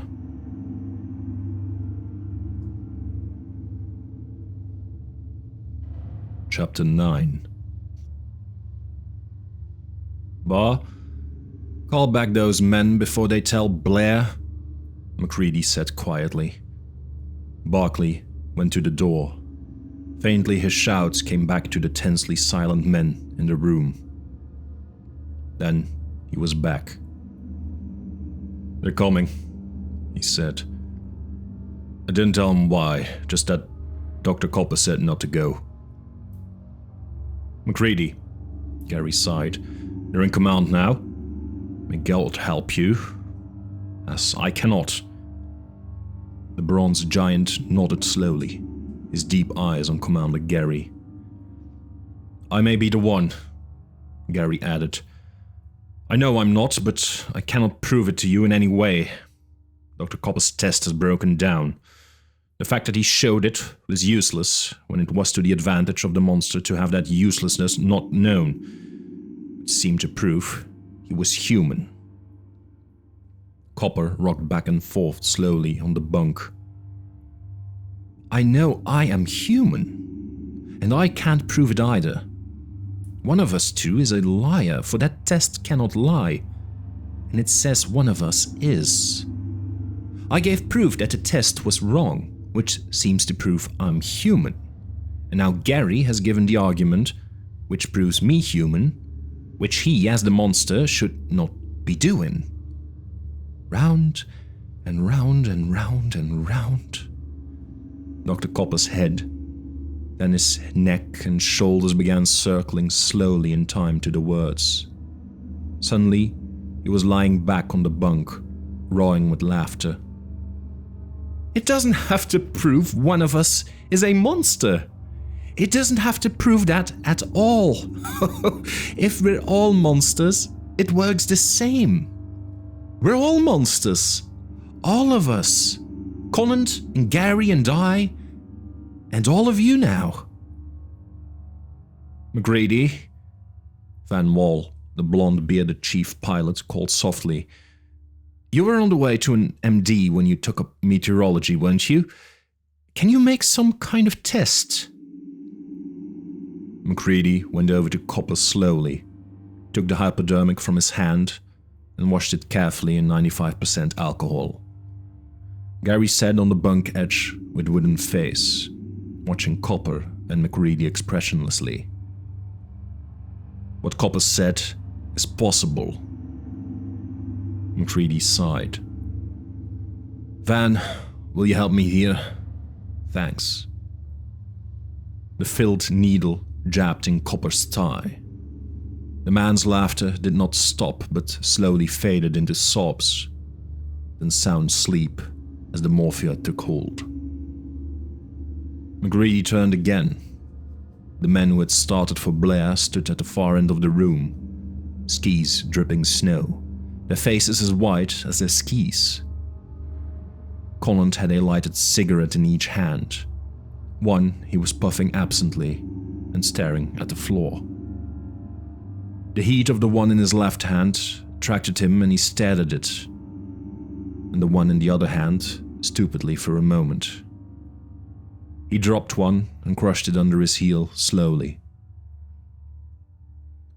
Dr. Copper, McCready repeated, could be right. I know I'm human, but of course can't prove it. I'll repeat the test for my own information. Any of you other who wish to may do the same.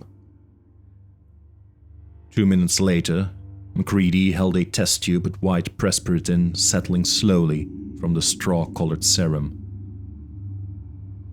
It reacts to human blood too, so they aren't both monsters. I didn't think they were, Van Wall sighed. That wouldn't suit the monster either. We could have destroyed him if we knew. Why hasn't the monster destroyed us, you suppose? It seems to be loose. McCready snorted, then laughed softly. Elementary, my dear Watson. The monster wants to have life forms available. It cannot animate a dead body, apparently. It's just waiting. Waiting until the best opportunities come. We who remain human, it is holding in reserve. Kinner shuddered violently. Hey, Mac. Wouldn't I know if I was a monster? Would I know if the monster had already got me? Oh Lord, I may be a monster already. You'd know, McCready answered. But we wouldn't, Norris laughed shortly, half hysterically. McCready looked at a vial of serum remaining. There is one thing this damned stuff is good for, that, he said thoughtfully. Clark, will you and Van help me? The rest of the gang better stick together here. Keep an eye on each other, he said bitterly. See that you don't get into mischief, shall we say. McCready started down the tunnel toward Dogtown, with Clark and Van Wall behind him. You need more serum? Clark asked. McCready shook his head. Tests. There's 4 cows and a bull, and nearly 70 dogs down there. The stuff reacts only to human blood and monsters. MacReady came back to the ad building and went silently to the washstand. Clark and Van Wall joined him a moment later.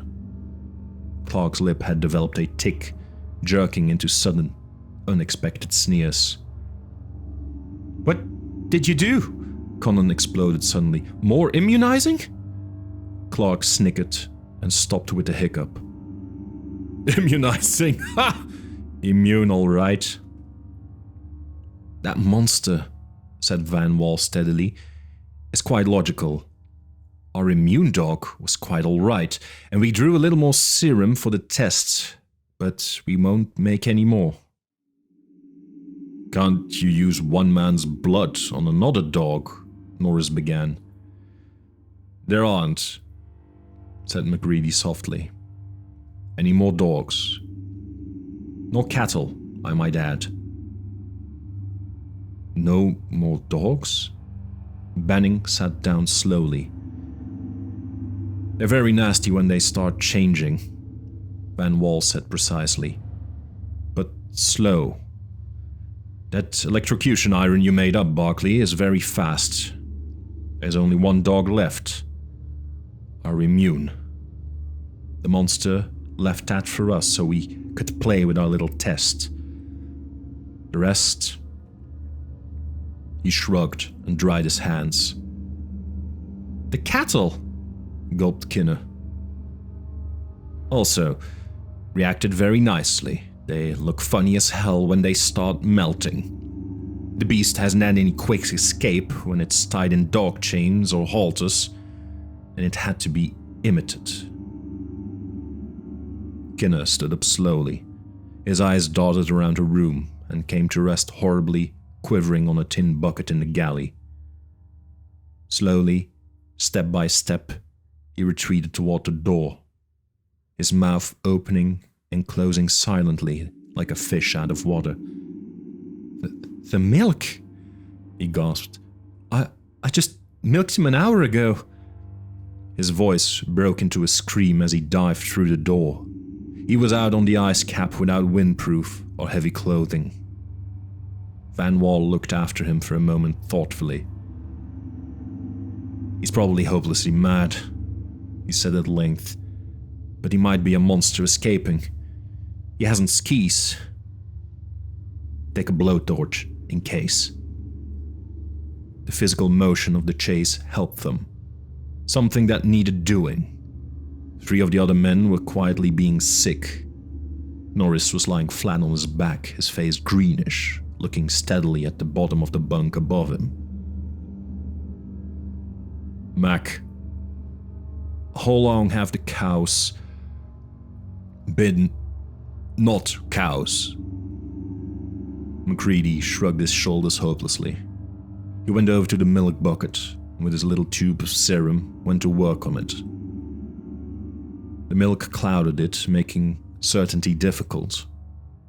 Finally, he dropped the test tube in the stand and shook his head. "It tests negatively. Which means either there were cows then, or that, being perfect imitations, they gave perfectly good milk." Copper stirred restlessly in his sleep and gave a gurgling cross between a snore and laugh. Silent eyes fastened on him. "Would morphine affect a monster?" somebody started to ask. "Lord knows," MacReady shrugged. "It affects every earthly animal I know of." Conant suddenly raised his hand. "Mac, the dogs must have swallowed pieces of the monster, and the pieces destroyed them. The dogs were where the monster resided. I was locked up. Doesn't that prove?" Van Wall shook his head. "Sorry, proves nothing about what you are, only proves what you didn't do." "It doesn't do that," MacReady sighed. "We are helpless because we don't know enough. We're so jittery that we don't think straight. We're locked up. Ever watch a white corpuscle of the blood go through the wall of a blood vessel? No? It sticks out, a pseudopod. And there it is on the far side of the wall." "Oh, said Van Wall unhappily. The cattle tried to melt down, didn't they? They could have melted down, become just a thread of stuff and leaked under a door to recollect on the other side. Ropes. No, that wouldn't do it. They couldn't live in a sealed tank, or if, said McReady, you shoot it through the heart and it doesn't die, it is a monster. That's the best test I think of, offhand. No dogs, said Gary quietly, and no cattle. It has to imitate men now. And locking up doesn't do any good. Your test might work, Mac, but I'm afraid it would be hard on the men.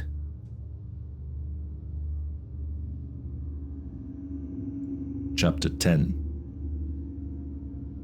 Clark looked up from the galley stove as Van Wall, Barclay, McReady and Bennings came in, brushing the drift from their clothes. The other men jammed into the outbuilding continued studiously to do as they were doing, playing chess, poker, reading. Ralston was fixing a sledge on the table. Van and Norris had their heads together over magnetic data, while Harvey read tables in a low voice. Dr. Copper snored softly on the bunk. Gary was working with Dutton over a sheaf of radio messages on the corner of Dutton's bunk, and a small fraction of the radio table. Conant was using most of the table for cosmic ray sheets. Quite plainly through the corridor, despite two closed doors, they could hear Kinner's voice. Clark banged a kettle onto the galley stove and beckoned McReady silently. The meteorologist went over to him. I don't mind it cooking so damn much, Clark said nervously, but isn't there some way to stop that bird? We all agreed that it would be safe to move into Cosmo's house. Kinner? McReady nodded toward the door. I'm afraid not. I can dope him, I suppose, but we don't have an unlimited supply of morphia. And he's not in danger of losing his mind, just hysterical. Well, we're in danger of losing ours. You've been out for an hour and a half. That's been going on steadily ever since, and it was going for 2 hours before. There's a limit, you know. Gary wandered over slowly, apologetically. For an instant, McReady caught the feral spark of fear, horror in Clark's eyes, and knew at the same instant it was in his own. Gary or Copper, was certainly a monster. If you could stop that, I think it would be a sound policy, Mac. Gary spoke quietly. There are tensions enough in this room. We agreed that it would be safe for Kinner in there, because everyone else in camp is under constant eyeing. Gary shivered slightly. And try in God's name, to find some test that will work. McReady sighed. Watched or unwatched, everyone's tense. Blair's jammed the trap so it won't open now. Says he's got food enough and keeps screaming, go away, you're a monster. I won't be absorbed, I won't. I'll tell men when they come, go away. So we went away. There's no other test, Gary pleaded. McReady shrugged his shoulders. Copper was perfectly right. The serum test could be absolutely definitive if it hadn't been contaminated. That's the only dog left and he's fixed now. Chemical tests. McReady shook his head. Our chemistry isn't that good. I tried to microscope, you know. Gary nodded. Monster dog and real dog were identical, but you've got to go on. What are we going to do after dinner? Van Wall had joined them quietly. Rotation sleep. Half the crowd asleep, half awake. I wonder how many of us are monsters. All the dogs were. We thought we were safe, but somehow it got Copper or you. Van Wall's eyes flashed uneasily. It may have gotten every one of you. All of you, but myself, may be wondering, looking. No, that's not possible. You're just spring then. I'd be helpless. We humans must somehow have the greater numbers now, but... He stopped. MacReady laughed shortly. You're doing what Norris complained of in me, leaving it hanging. But if one more is changed, that may shift the balance of power. It doesn't fight. I don't think it ever fights. It must be a peaceable thing, in its own inimitable way. It never had to, because it always gained its end. Van Wall's mouth twisted in a sickly grin. You're suggesting then that perhaps it already has the greatest numbers, but it is just waiting. Waiting, all of them, all of you, for all I know. Waiting till I, the last human, drop my weariness and sleep. Mac, did you notice their eyes, all looking at us? Gary sighed. You haven't been sitting here for 4 straight hours while all their eyes silently weighed the information that one of us, Copper or I, is a monster, certainly. Perhaps both of us even. Clark repeated his request. Will you stop that bird's noise? He's driving me nuts. Make him tone down anyway. Still praying? MacReady asked. Still praying, Clark groaned. He hasn't stopped for a second. I don't mind his praying if it relieves him, but he yells, he sings psalms and hymns and shouts prayers. He thinks God can't hear well way down here. Maybe he can't, Barkley grunted. We'd have done something about this thing loosed from hell. Somebody's going to try that test you mentioned, if you don't stop him, Clark stated grimly. Think a cleaver in the head would be a positive test as a bullet to the heart. Go ahead with the food. I'll see what I can do. There may be something in the cabinets. MacReady moved warily toward the corner Copper had used as his dispensary. 3 tall cabinets of rough boards, 2 locked, were the repositories of the camp's medical supplies. 12 years ago, MacReady had graduated, had started for an internship, and had been diverted to meteorology. Copper was a picked man, a man who knew his professions thoroughly and modernly. More than half the drugs available were totally unfamiliar to MacReady. Many of the others he had forgotten. There was no huge medical library here, no series of journals available to learn the things that did not merit inclusion in the small library he had been forced to content himself with. Books are heavy, and every ounce of supplies had been freighted in by air. MacReady picked a barbiturate hopefully. Barkley and Van Wall went with him. One man never went anywhere alone in Big Magnet now. Ralston had his sledge put away, and the physicists had moved off the table, the poker game broken up when they got back. Clark was putting out the food. The click of spoons and the muffled sounds of eating were the only sign of life in the room. There were no words spoken as the 3 returned, simply all eyes focused on them questioningly while the jaws moved methodically. MacReady stiffened suddenly. Kinner was screeching out a hymn in a hoarse, cracked voice. He looked warily at Van Wall with a twisted grin and shook his head. Van Wall cursed bitterly and sat down at the table. We'll just plumb have to take that till his voice wears out. Can't yell like that forever. He's got a brass throat and a cast-iron larynx, Norris declared savagely. Then we could be hopeful and suggest he's one of our friends. In that case, he could go on renewing his throat till doomsday. Silence clamped down. For 20 minutes they ate without a word. Then Conant jumped up with an angry violence. You sit as still as a bunch of graven images. You don't say a word, but... Oh Lord, what expressive eyes you've got. They'll whirl around like a bunch of glass marbles spilling down a table. They whine and blink and stare and whisper things. Can you guys look somewhere else for a change, please? Listen, Mac, you're in charge here. Let's run movies for the rest of the night. We've been saving those reels to make them last. Last for what? Who is it's going to see those last reels, eh? Let's see them while we can and look at something other than each other. Sound idea, Conant. I, for one, am quite willing to change this in any way I can.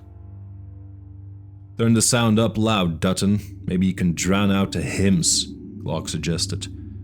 But don't, Norris said softly. Don't turn the lights off altogether. The lights will be out, McCready shook his head. We'll show all the cartoon movies we have. You won't mind seeing the old cartoons, will you? Goody goody, I'm just in the mood. McCready turned to look at the speaker, a lean, lanky New Englander by the name of Caldwell. Caldwell was stuffing his pipe slowly, a sour eye cocked up to McCready. The bronze giant was forced to laugh. Okay, Bart, you win. Maybe we aren't quite in the mood for Popeye and trick ducks, but it's something. Let's play classifications, Caldwell suggested slowly. Or maybe you call it Guggenheim. You draw lines on a piece of paper and put down classes of things, like animals, you know. One for H and one for U and so on, like human and unknown, for instance. I think that would be a hell of a lot more than movies. Maybe somebody's got a pencil and he can draw lines with. Draw lines between the U animals and the H animals, for instance.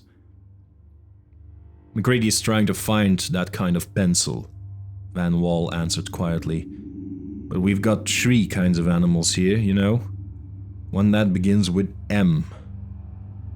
We don't want any more. Mad ones, you mean? Clark. I'll help you with those pans so we can get our little peep show going. Caldwell got up slowly. Dutton and Barkley and Benning, in charge of the projector and sound mechanism arrangements, went about their jobs silently, while the ad building was cleared and dishes and pans disposed of. McCready drifted over toward Van Wall slowly and leaned back in the bunk beside him. I have been wondering, Van, he said with a wry grin, whether or not to report my idea in advance. I forgot the U animals, as Caldwell named it, could read minds. I have a vague idea of something that might work. It's too vague to bother with, though. Go ahead with your show while I try to figure out the logic of the thing. I'll take this bunk. Van Wall glanced up and nodded. The movie screen would be practically on a line with his bunk, hence making the pictures least distracting here, because least intelligible. Perhaps you should tell us what you have in mind. As it is, only the unknowns know what you plan. You might be unknown before you got into the operation. Won't take long if I get it figured out right, but I don't want any more all but the test dog monsters thing. We better move Copper into his bunk directly above me. You won't be watching the screen either. McCready nodded toward Copper's gently snoring bulk. Gary helped him lift and move the doctor. McCready leaned back against the bunk and sank into a trance, almost of concentration, trying to calculate chances, operations, methods. He was scarcely aware as the others distributed themselves silently, and the screen lit up. Vaguely, Kinner's hectic shouted prayers and rasping hymn singing annoyed him till the sound accompaniment started. The lights were turned out, but the large, light-colored areas of the screen reflected enough light for ready visibility. It made men's eyes sparkle as they moved restlessly. Kinner was still praying, shouting, his voice a raucous accompaniment to the mechanical sound, Dutton stepped up the amplification. So long had the voice been going on that only vaguely at first was MacReady aware that something seemed missing. Lying as he was, just across the narrow room from the corridor leading to Cosmo's house, Kinner's voice had reached him fairly clearly, despite the sound accompaniment of the pictures. It struck him abruptly that it had stopped. "Dutton, cut that sound," MacReady called as he sat up abruptly. The pictures flickered a moment, soundless and strangely futile in the sudden, deep silence. The rising wind on the surface above bubbled melancholy tears of sound down the stovepipes. "Kinner stopped," MacReady said softly. "For God's sake, start that sound then. He may have stopped to listen," Norris snapped. MacReady rose and went down the corridor. Barclay and Van Wall left their places at the far end of the room to follow him. The flickers bulged and twisted on the back of Barclay's grey underwear as he crossed the still functioning beam of the projector. Dutton snapped on the lights and the pictures vanished. Norris stood at the door as MacReady had asked. Gary sat down quietly in the bunk nearest the door, forcing Clark to make room for him.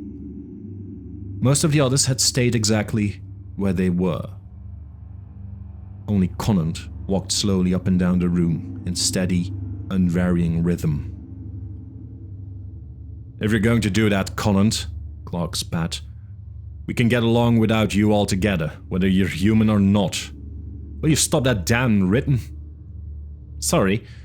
The physicist sat down in a bunk and watched his toes thoughtfully.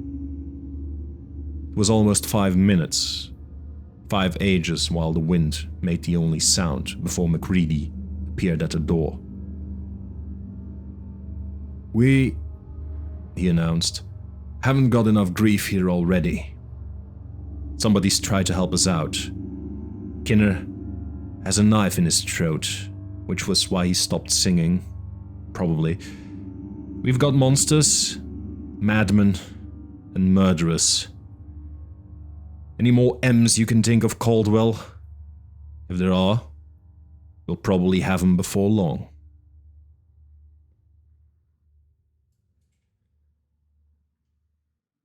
Chapter 11. "Is Blair loose?" someone asked. "Blair's not loose, or he flew in. If there's any doubt about where our gentle helper came from, this may clear it up." Van Wall held a foot-long, thin-bladed knife in a cloth. The wooden handle was half burned, charred with the peculiar pattern of the top of the galley stove. Clark stared at it. "I did that this afternoon. I forgot the damn thing and left it on the stove." Van Wall nodded. "I smelt it. If you remember, I knew the knife came from the galley." "I wonder," said Benning, looking around the party warily, "how many more monsters have we? If somebody could slip out of his place, go back of the screen to the galley and then down to the Cosmos house and back. He did come back, didn't he?"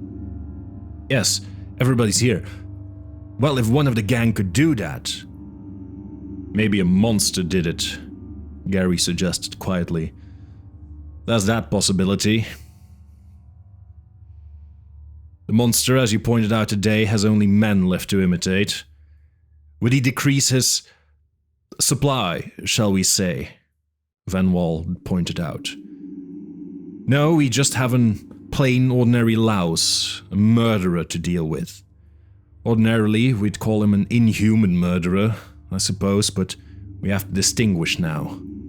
We have inhuman murderers, and now we have human murderers. Or one, at least." "There's one less human," Norris said softly. "Maybe the monsters have the balance of power now." "Never mind that," MacReady sighed and turned to Barclay. "Bar, will you get your electric gadget? I'm going to make certain." Barclay turned down the corridor to get a pronged electrocutor, while MacReady and Van Wall went back toward Cosmo's house. Barclay followed them in some 30 seconds. The corridor to Cosmo's house twisted, as did nearly all corridors in Big Magnet, and Norris stood at the entrance again. But they heard, rather muffled, MacReady's sudden shout. There was a savage scurry of blows, dull ka-chunk slough sounds. Bah! Bah! And a curious, savage mewing scream, silenced before even quick-moving Norris had reached the bend. Kinner, or what had been Kinner, lay on the floor, cut half in two by the great knife MacReady had had. The meteorologist stood against the wall, the knife dripping red in his hand. Van Wall was stirring vaguely on the floor, moaning, his hand half-consciously rubbing at his jaw. Barclay, an unutterable savage gleam in his eyes, was methodically leaning on the pronged weapon in his hand, jabbing, jabbing, jabbing. Kinner's arms had developed a queer, scaly fur, and the flesh had twisted. The fingers had shortened, the hand rounded, the fingernails become 3-inch-long things of dull red horn, keened to steel-hard razor-sharp talons. MacReady raised his head, looked at the knife in his hand, and dropped it. Well, whoever did it can speak up now. He was an inhuman murderer at that. In that, he murdered an inhuman. I swear by all that is holy, Kinner was a lifeless corpse on the floor here when we arrived. But when it found we were going to jab it with the power, it changed. Norris stared uneasily. Oh Lord, those things can act. Your God sitting here for hours, mouthing prayers to a God it hated. Shouting hymns in a cracked voice, hymns about a church it never knew. Driving us mad with its ceaseless howling. Well, speak up, whoever did it. You didn't know it, but you did the camp a favor. And I want to know how in blazes you got out of the room without anyone seeing you. It might help in guarding ourselves. His screaming, his singing, even the sound projector couldn't drown it. Clark shivered. It was a monster. Oh, said Van Wall in sudden comprehension. You were sitting right next to the door, weren't you? And almost behind the projection screen already. Clark nodded dumbly. It's quiet now. It's a dead. Mac, your test's no damn good. He was dead anyway, monster or man. It was dead. MacReady chuckled softly. Boys, meet Clark. The only one we know is human. Meet Clark, the one who proves he's human by trying to commit murder and failing. Will the rest of you please refrain from trying to prove you're human for a while? I think we may have another test. A test? Conant snapped joyfully, then his face sagged in disappointment. I suppose it's another either way you want it? No, said MacReady steadily. Look sharp and be careful. Come into the ad building. Barclay, bring your electrocutor. And somebody, Dutton, stand with Barclay to make sure he does it. Watch every neighbor, by the hell these monsters came from. I've got something, and they know it. They're going to get dangerous now. The group tensed abruptly. An air of crushing menace entered into every man's body. Sharply, they looked at each other. More keenly than ever before. Is that man next to me an inhuman monster? What is it? Gary asked as they stood again in the main room. How long will it take? I don't know exactly. said MacReady, his voice brittle with angry determination. "But I know it will work, and no two ways about it. It depends on a basic quality of the monsters, not on us. Kinner just convinced me." He stood heavy and solid in bronzed immobility, completely sure of himself again, at last. "This," said Barclay, hefting the wooden-handled weapon, tipped with its two sharp-pointed charge conductors, "is going to be rather necessary, I take it. Is a power plant assured?" Dutton nodded sharply. "Yamatic stoker bin is full. The gas power plant is on standby. Van Wall and I set it for the movie operation, and we've checked it over rather carefully several times, you know. Anything those wires touch dies," he assured them grimly. "I know that." Dr. Copper stirred vaguely in his bunk, rubbed his eyes with fumbling hand. He sat up slowly, blinked his eyes blurred with sleep and drugs, widened unutterable horror of drug-ridden nightmares. "Gary," he mumbled. "Gary, listen. Selfish. From hell they came, and hellish shellfish. I mean self. What do I mean?" He sank back in his bunk and snored softly. MacReady looked at him thoughtfully. "We'll know presently," he nodded slowly. "But selfish is what you mean, all right. Selfish is the word. They must be. You'll see." He turned to the men in the cabin, tense, silent men staring with wolfish eyes, each at his neighbor. Selfish. And as Dr. Copper said, every part is a whole. Every piece is a self-sufficient, an animal in itself. That and one other thing tell the story. There is nothing mysterious about blood. It is just a normal body tissue as a piece of muscle or a piece of liver. But it hasn't so much connective tissue, though it has millions, billions of life cells. MacReady's great bronze beard ruffled in a grim smile. "This is satisfying in a way. I'm pretty sure we humans still outnumber you. Others standing here. And we have what you, your other world race, evidently doesn't. Not an imitated, but a bred-in-the-bone instinct, a driving, unquenchable fire that's genuine. We'll fight with a ferocity you may attempt to imitate, but you'll never equal. We're human, we're real. Your imitations, false to the core of your every cell. All right, it's showdown now. You know, you with your mind reading. You lifted the idea from my brain. You can't do a thing about it. Blood is tissue. They have to bleed, because if they don't bleed when cut, then by heaven, they're phony. Phony from hell. And if they bleed, then that blood, separated from them, is an individual. A newly formed individual in its own right, just as they split, all of them from one original, are individuals. Get it, Van? See the answer bar? Van Wall laughed very softly. The blood will not obey. It's a new individual with all the desire to protect its own life that the original, the main mass from which it split, has. The blood will live and try to crawl away from a hot needle, say. MacReady picked up the scalpel from the middle of the table.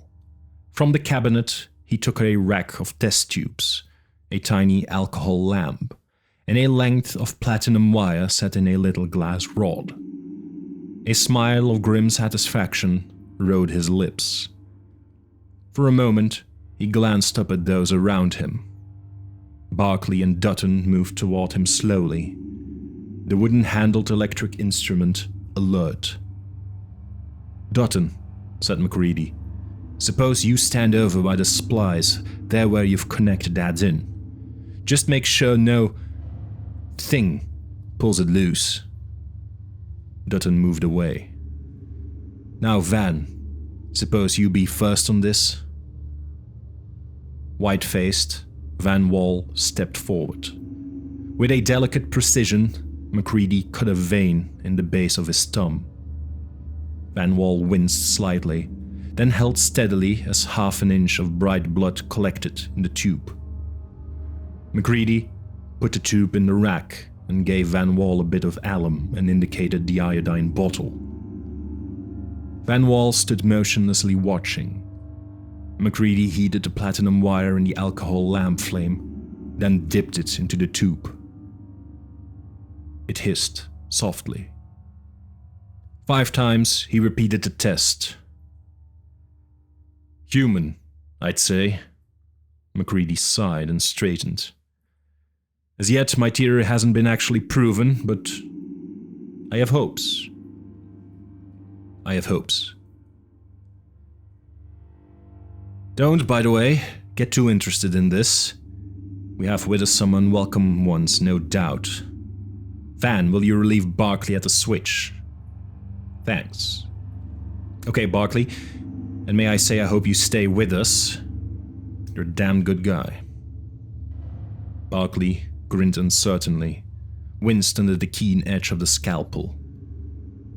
Presently, smiling wildly, he retrieved his long-handled weapon.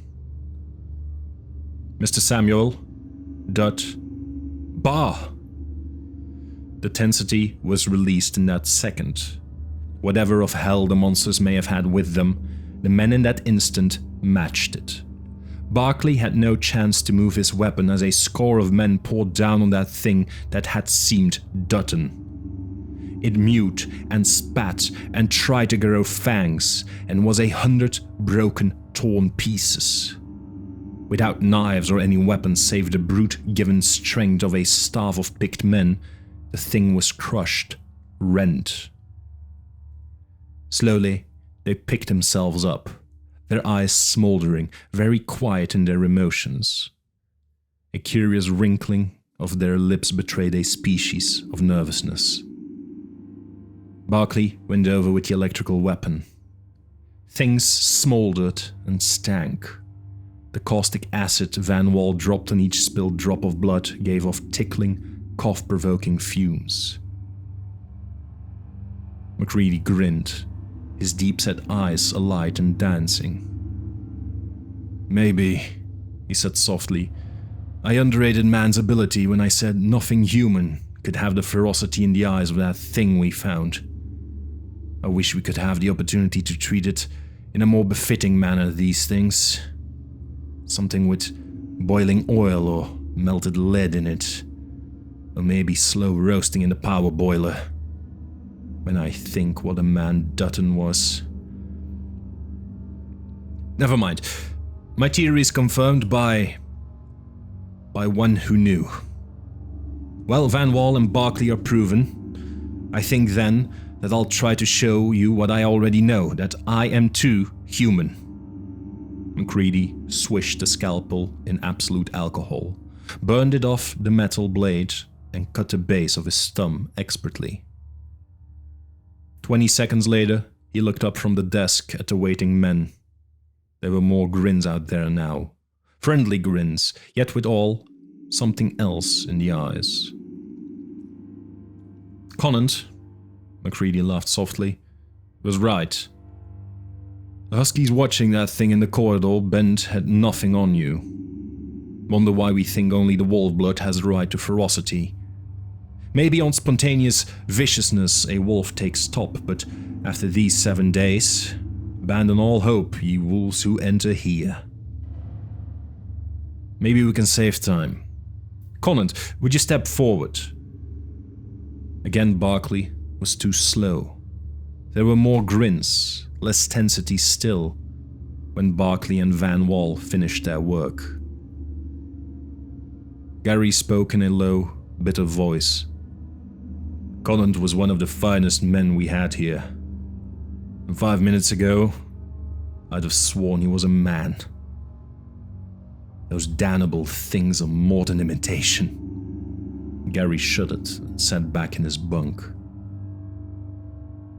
And 30 seconds later, Gary's blood also shrank from the hot platinum wire and struggled to escape the tube. Struggled as frantically as a sudden, feral, red-eyed, dissolving imitation of Gary struggled to dodge the snake-tongue weapon Barkley advanced at him, white-faced and sweating. The thing in the test tube screamed with a tiny voice as MacReady dropped it into the glowing coal of the galley stove.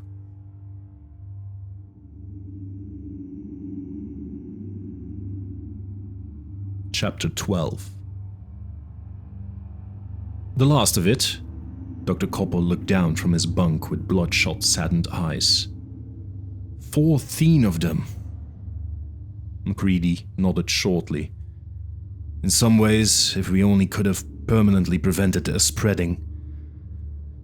I'd like to have the imitations back. Commander Gary, Conant, Dutton, Clark.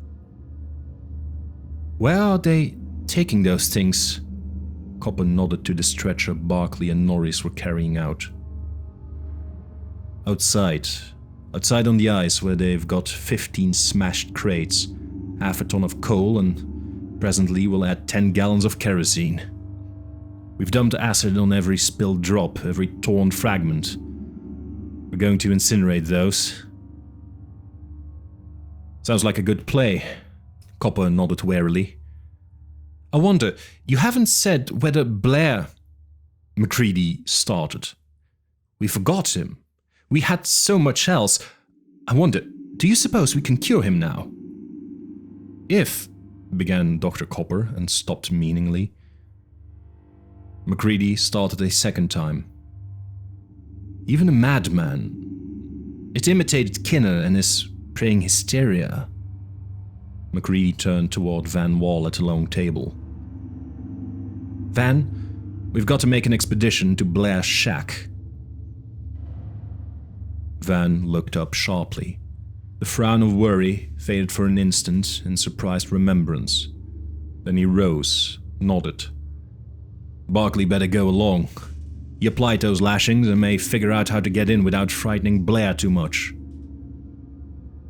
3/4 of an hour, through -37-degree cold, they hiked while the aurora curtain bellied overhead. The twilight was nearly 12 hours long, flaming in the north on snow like white, crystalline sand under their skis.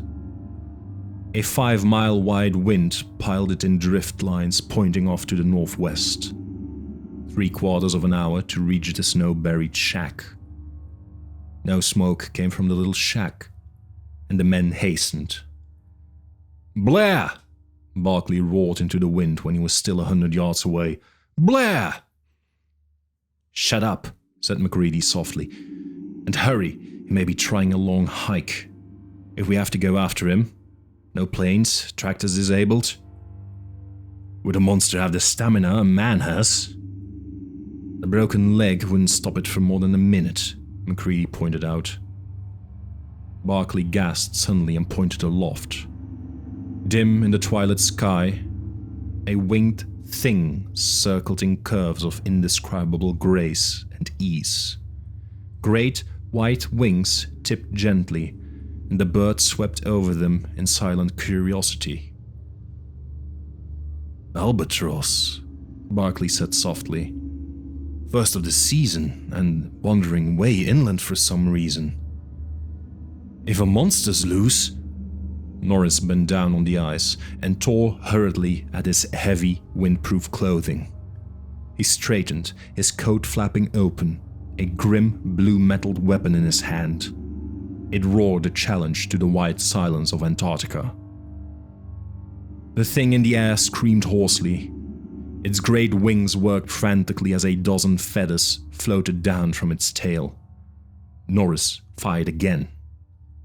The bird was moving swiftly now, but in an almost straight line of retreat.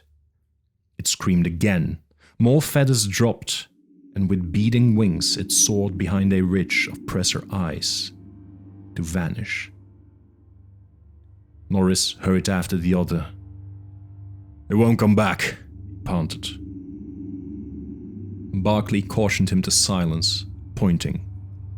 A curiously, fiercely blue light beat out from the cracks of the shack's door. A very low, soft humming sounded inside. A low, soft humming, and a clink and clank of tools, the very sound somehow bearing a message of frantic haste.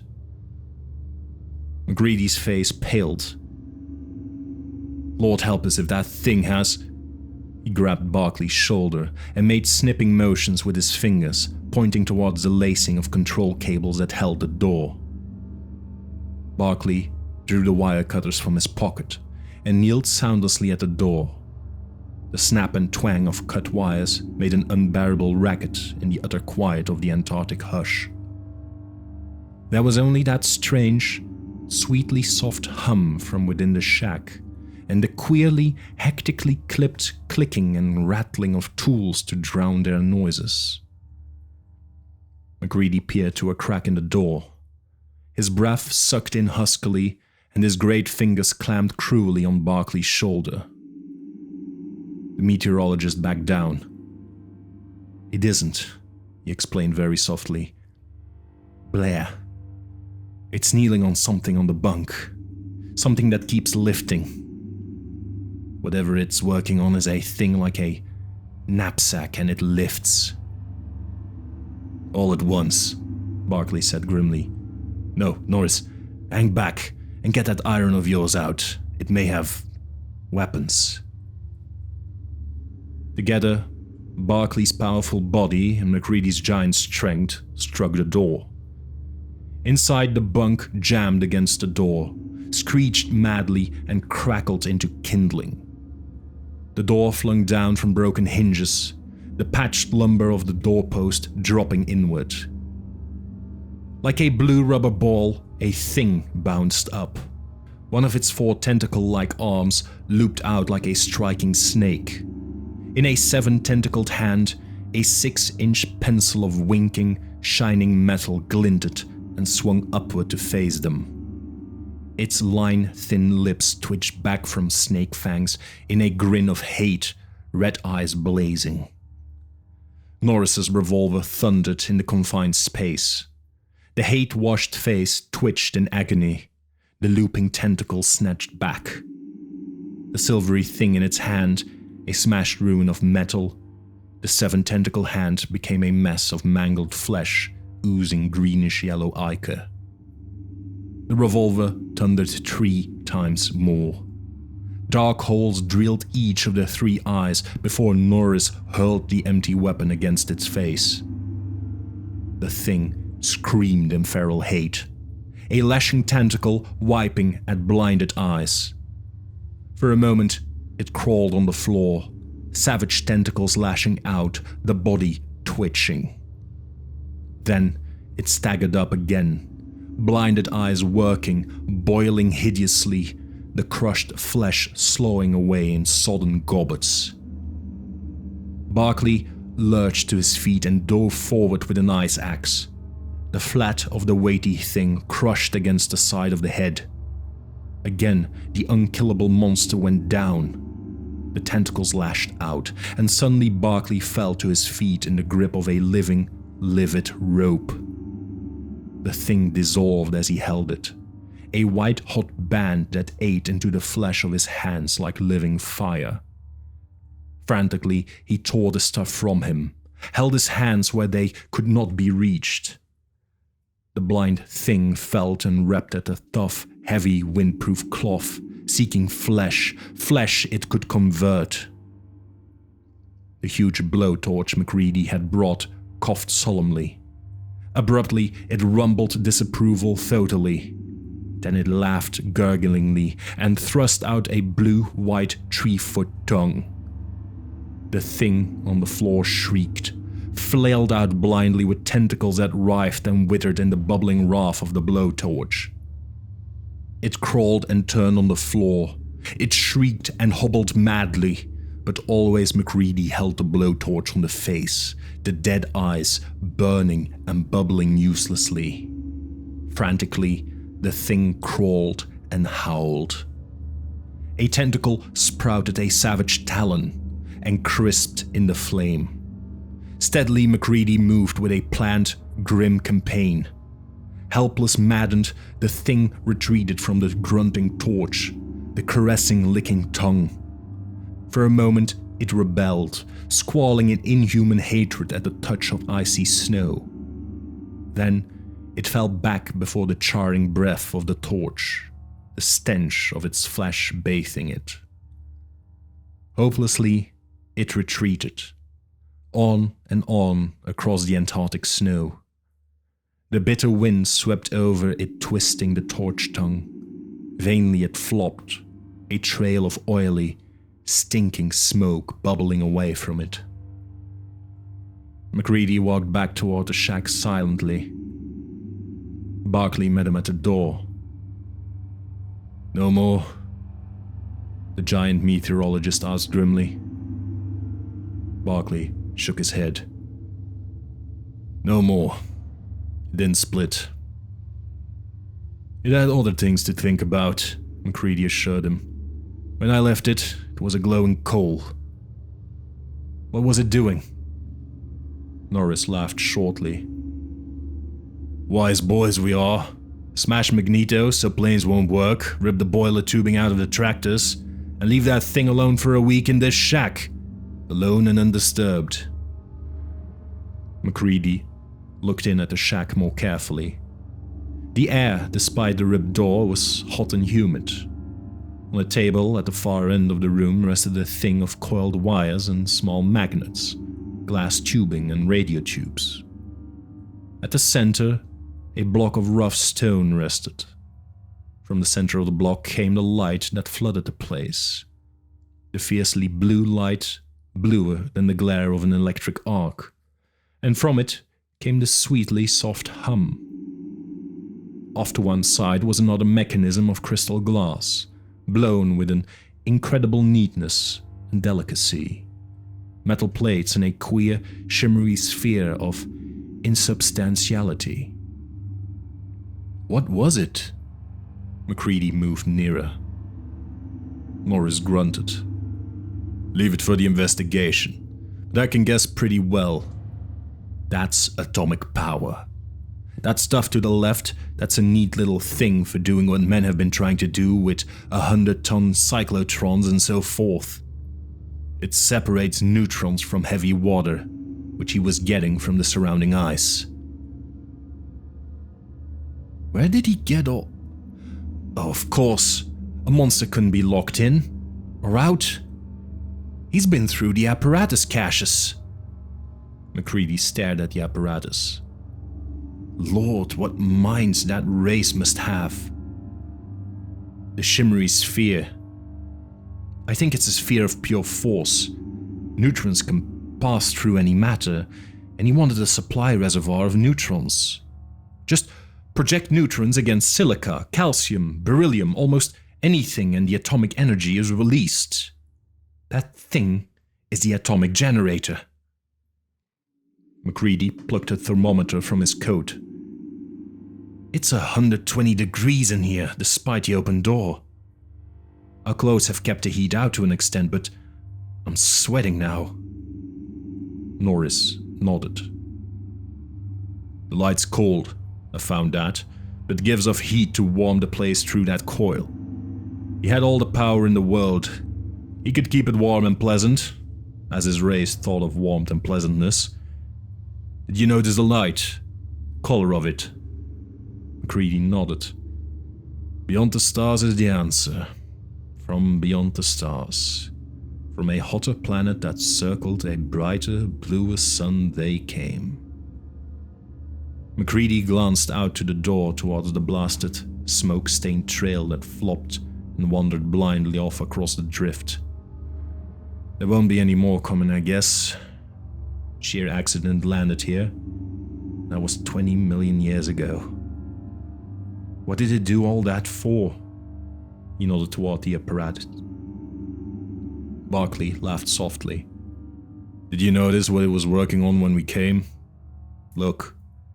He pointed toward the ceiling of the shack, Like a knapsack made of flattened coffee tins with dangling cloth straps and leather belts, the mechanism clung to the ceiling. A tiny glaring heart of supernatural flame burned in it, yet burned through the ceiling's wood without scorching it.